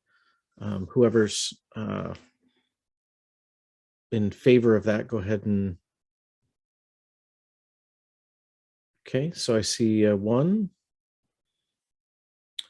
So I don't see consensus there, Adam, but again, this is from a process perspective, it's literally a couple of words on a chart. So should someone wish to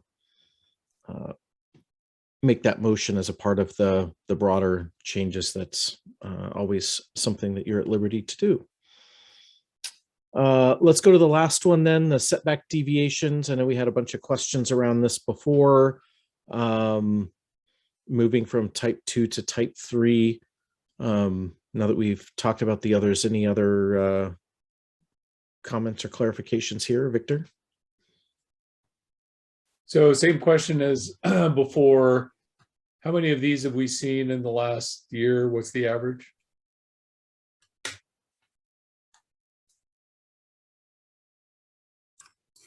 Let me get that pulled up here. I've got it here. It was one in the Oh. last 5 years. So it's very infrequent. I don't believe there's been any in the last couple of years.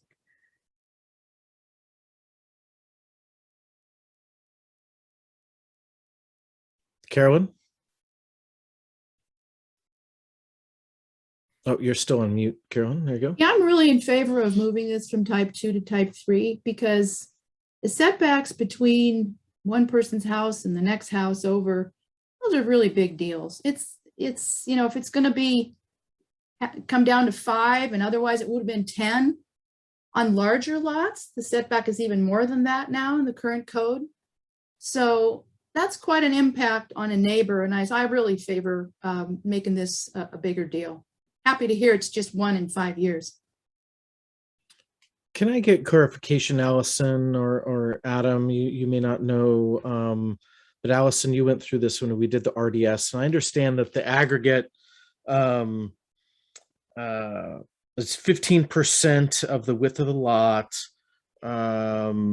with a minimum of 15 feet for lots that are less than 100 feet. So it's a minimum of 15 feet, but it can scale larger depending on where it is. But the minimum on any given side is always 5 feet.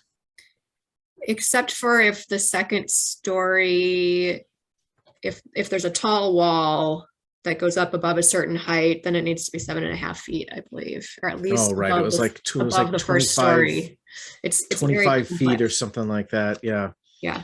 But generally, I mean, 5 feet or 7.5 feet, I mean, frankly, is kind of apples and apples from a measurement perspective. It's, but the minimums here, even for the setback deviations, wouldn't override that minimum. But it could potentially say if you had a 20-foot total setback, and you would need a minimum of at least 5 feet on one side, which means you would need 15 feet on the other side. It just means that you couldn't remove, you still could never get closer than 5 feet, even on that other side, but you might be able to encroach on part of that. So I just wanted to make sure that the minimums basically are still the same. It just means that the aggregate total may change from a side yard perspective.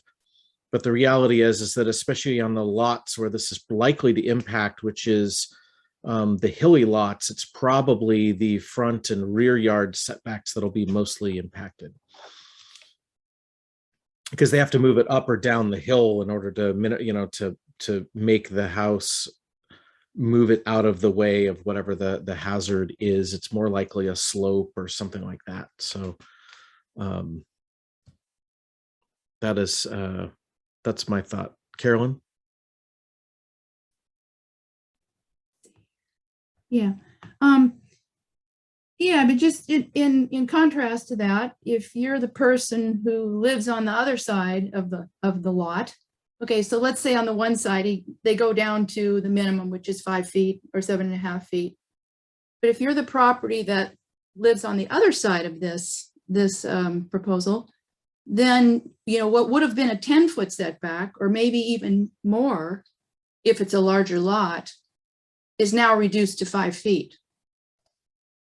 So, you know, that I personally that property owner is, just let me finish, I'm almost done. So that property owner is impacted, you know, significantly. I would make the argument it's not a significant impact, and that the environment and the protection of the environmental area is more important than that.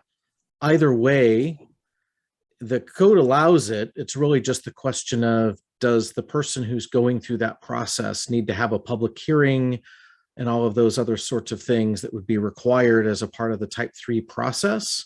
Yeah, right. When it's a realize. fairly discrete set of requirements that are fairly onerous as far as what they have to prove in order to be granted those exceptions to begin with. And do you need to go through that process in a public forum when the code is pretty explicit about what it requires? So, Tiffin?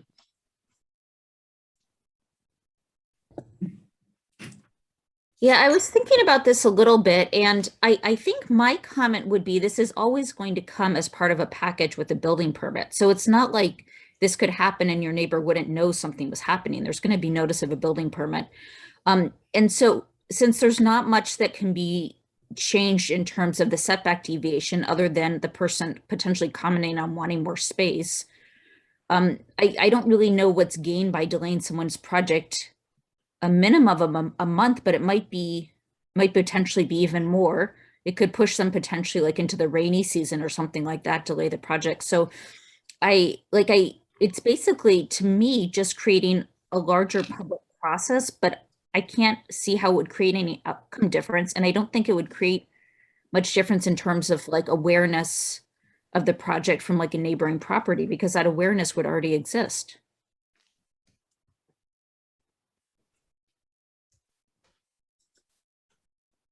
Carolyn, did you have another comment, or is that your hand from before? No, I have another comment.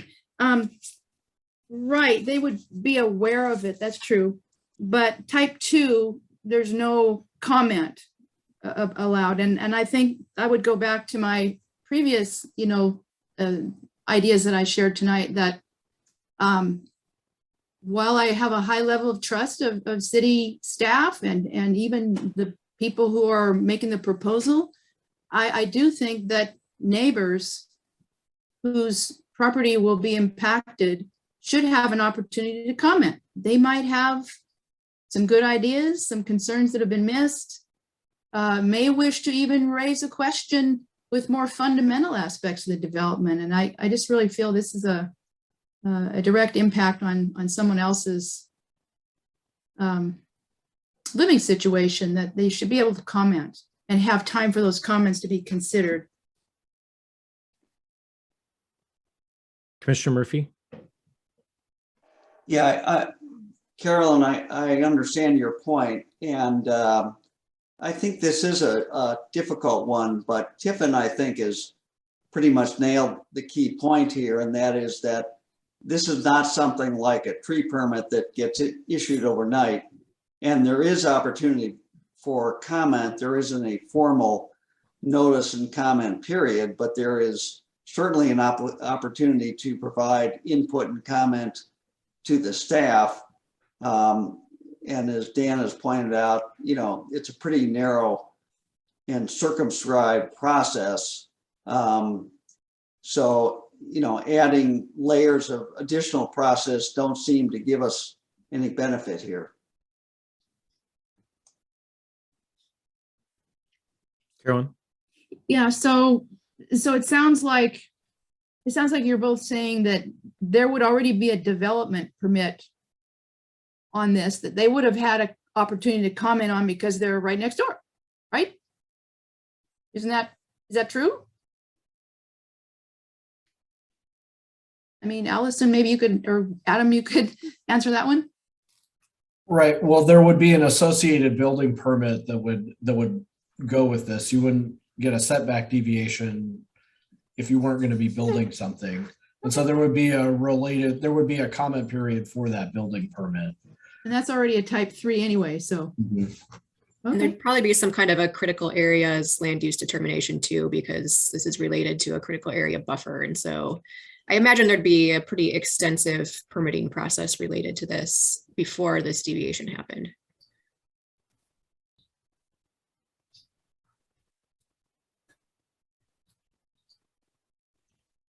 Okay. Any last thoughts or comments anyone wants to add? Victor or Jordan? You don't have to.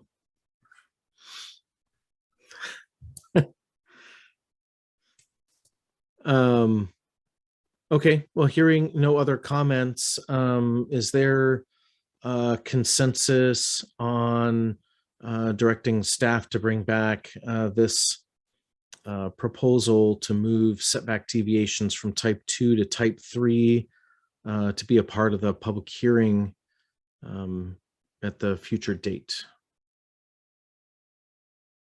I see one. Okay. Thank you all for that. Allison or Adam, do you have any other items that you need us to cover as far as direction for the public hearing?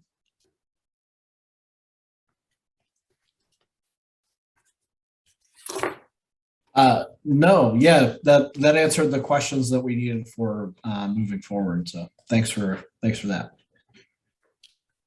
Very good. Let me find my agenda. Well, thank you all for going through that. There are no other items of regular business.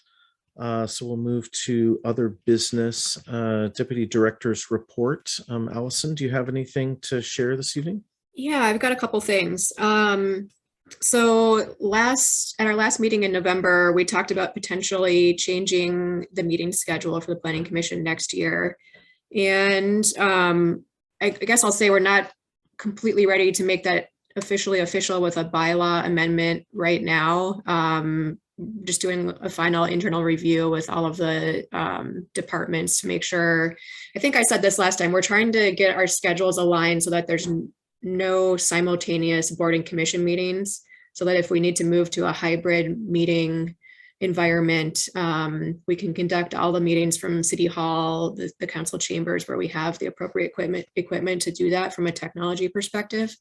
So we're doing the final checks to make sure that we're not going to be conflicting with anyone else. But it looks like we will be moving we're going to go to a once a month regular meeting on the 4th Wednesday of the month, with the second Wednesday held in reserve for special meetings as needed.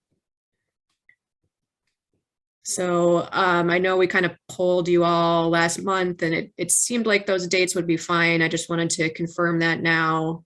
And if it looks good on your end and the final check through with the city departments comes out okay, we'll bring back a proposal for a bylaw amendment next month. And we would also cancel the regular meetings on the 1st and 3rd Wednesday and schedule a special meeting for the 4th Wednesday of January, which is January 26th. What's the February date? Okay, that was my next bullet point on my list here. The February date is February 23rd, which I believe is in the middle of midwinter break. And so I also wanted to check in and see if that would be an issue for anyone in attending the meeting for February 23rd. Is that? Yeah. I put it on my calendar. Let me double check. Yeah, actually, I did not have a chance to check the school district's website. I just know that's President's Week, What's the date again of the February? the 23rd. Okay. Where's my other calendar?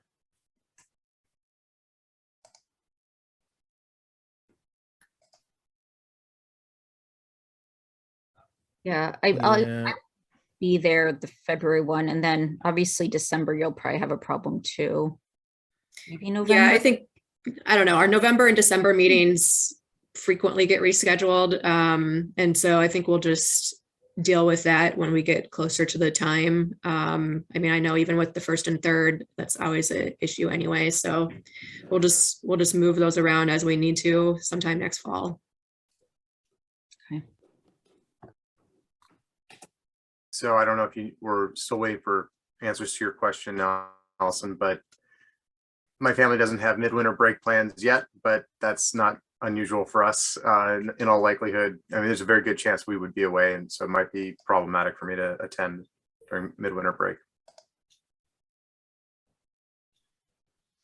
yeah. I know. I know Seattle schools has that week off. I'm going to presume that our school district does too.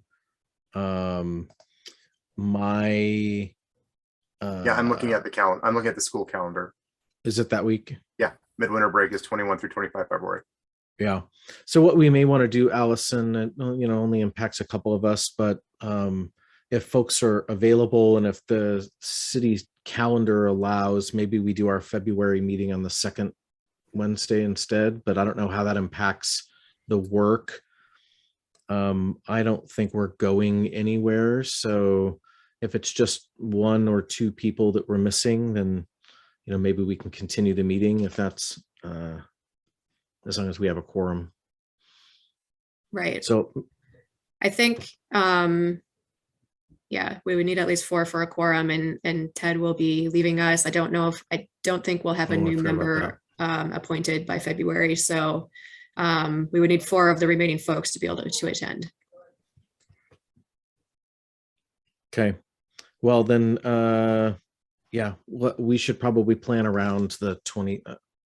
Plan Okay, away from the so- 23rd. Then if we already have 2 people that are likely going to be gone, that's And I think we were thinking of bringing back the public hearing on the matter we just discussed tonight at that meeting. So, it would be good to have most of the folks in attendance if we could.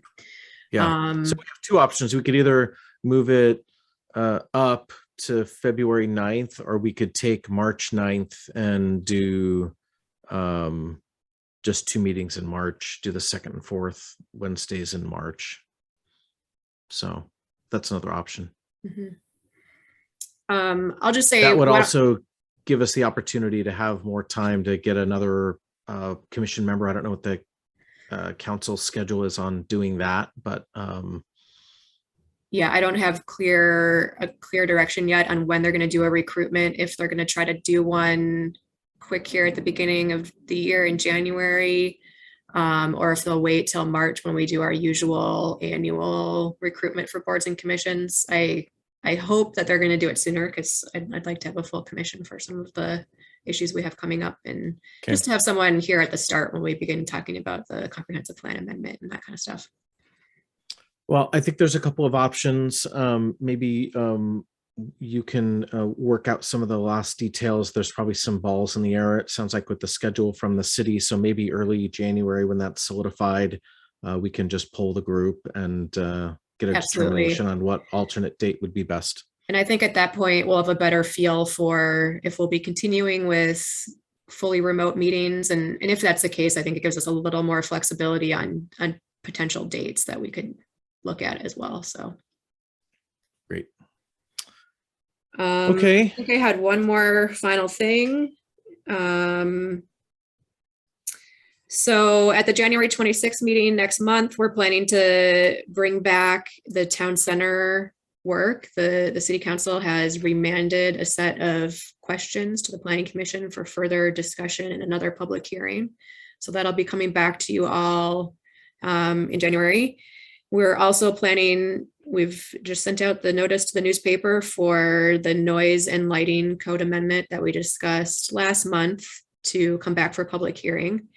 So that'll also be happening. And if we have time after all that, we'll squeeze in a brief and high level kind of comprehensive planning 101 briefing, just kind of to get us all on the same page with what the GMA requirements are and how comprehensive planning works. We're going to get that all in one meeting. Well, we'll see how it goes. I have to see how much Jeff wants to bring to the first meeting for the town center topic. So Allison, the town center won't be a public hearing. That would be more of kind of It'll be a work session. He will give you a briefing on the council's direction and give you all a chance to ask questions and give us feedback. Okay, so Victor took the words out of my mouth, but now I feel a little bit better that you're saying it's not public hearing on the 26th for town center. Right, the town here or the public hearing would be, I think, at the February meeting. We'll have to see where that gets scheduled to, but whenever that next meeting happens. I was listening to the council's meetings on the town center, and some of the things they're asking us to consider in this remand, I feel like we need more information as planning commissioners in order to give the council good advice, good recommendations. You know, for example, things like how wide should the frontage be on a special commercial use? You know, how deep should it be? What do people who make their living leasing commercial space say about this? We need to hear, I think we need to know that. Or we need to know that maybe this is something we shouldn't even be doing, or et cetera. You know, I don't feel as a volunteer planning commissioner, I have any ability to make such a comment. So I'm sort of hoping that before we get this packet, that we, I sent some questions to you already in the mail yesterday, and I hope we get some more information so we can, do a good job for them. Yeah, I was going to point out the irony that they rejected our proposal to basically have more time to look at this stuff, and then they turned around and remanded half of it back to us. So the irony is not lost on me. And I agree, Carolyn, that we needed more time to look at some of these details, which is why we didn't want to make recommendations on them at the at the time we first considered them. So I haven't been so concerned about the time we've had, but I have been concerned about the background that we've been given. And here's an interesting one to think about. We have dimensional standards that are X feet, but yet we have, the size of the commercial space is a percentage of a lot size. So how does that work? Discrete numbers versus a percentage, an unknown parcel size, an unknown building size. Well, Salim actually. Depth is a percent. The depth is a percent. The depth is feet as well. So yeah, that's the depth is also feet. Anyway, sorry, Mike, you were saying. Yeah, sorry, I didn't mean to talk over you. That's okay. Salim actually, if you listen to that session, Salim had a very astute observation, and that is, why do we even have this dimension aspect when we have that other component? And so that'll probably be something we can recommend jettisoning. Yeah. Whew. All right, Allison, any other points of business from the staff? One final reminder, Andrea emailed you all earlier today asking for you to send in your spreadsheet with your Q4 volunteer hours recorded. So please do that when you get a chance, and you can just email it to me. I'm your staff liaison that she referred to. Go ahead. I have something really important, actually. Ted, is this your last meeting with us? It is actually. I sent an email to Andrea about a week ago saying that as of a day after this meeting, I am resigning from my post as a planning commissioner after 4 years. Now that the election results are officially or official. And yeah. So it's Wow. We are really going to miss you. You know, you've been such a great commissioner and we just, benefit so much from your insights. It's, gonna miss you here, but glad you're going to the council. You're here. Good deal. Well, Carolyn, you beat me to it because I was coming to the announcements portion of the agenda next, which I was going to start with. Afraid we were about to sign off. Thinking, Sorry. no, we had one more thing, and I was going to make the same point and just recognizing Ted for his Yay. service here on this board, as Carolyn has already mentioned, has been indispensable. So for those of us that have worked with you for a long time, and I'm sure for the folks that haven't, it's been a pleasure having you on this board, and you've always brought a unique perspective to things and asked really good questions. And personally, I just would like to say thank you for our conversations, both at the dais and off the dais over the years. And I wish you best of luck in your new station within the city as a city council member. And we'll be here doing the yeoman's work that I know you'll understand to help support you in your new role. So thank you, Ted. I want to thank you, Dan, for your leadership and for leveraging your years of experience, both on Mercer Island's Planning Commission and also at the Newcastle City Council. I think you were a deputy mayor there for a while. And somehow you always manage to maintain solid composure and keep a good sense of humor as you navigate us towards advisory decisions to send to the council. So thank you for that. Well, my pleasure. I'm not always successful at that, but I strive to do my best. So with that, any other comments? I don't want to take up the floor if anybody has anything they want to say to Ted, or Just say not to good put you on the spot. luck. Enjoy it, and we'll miss you for sure. Okay.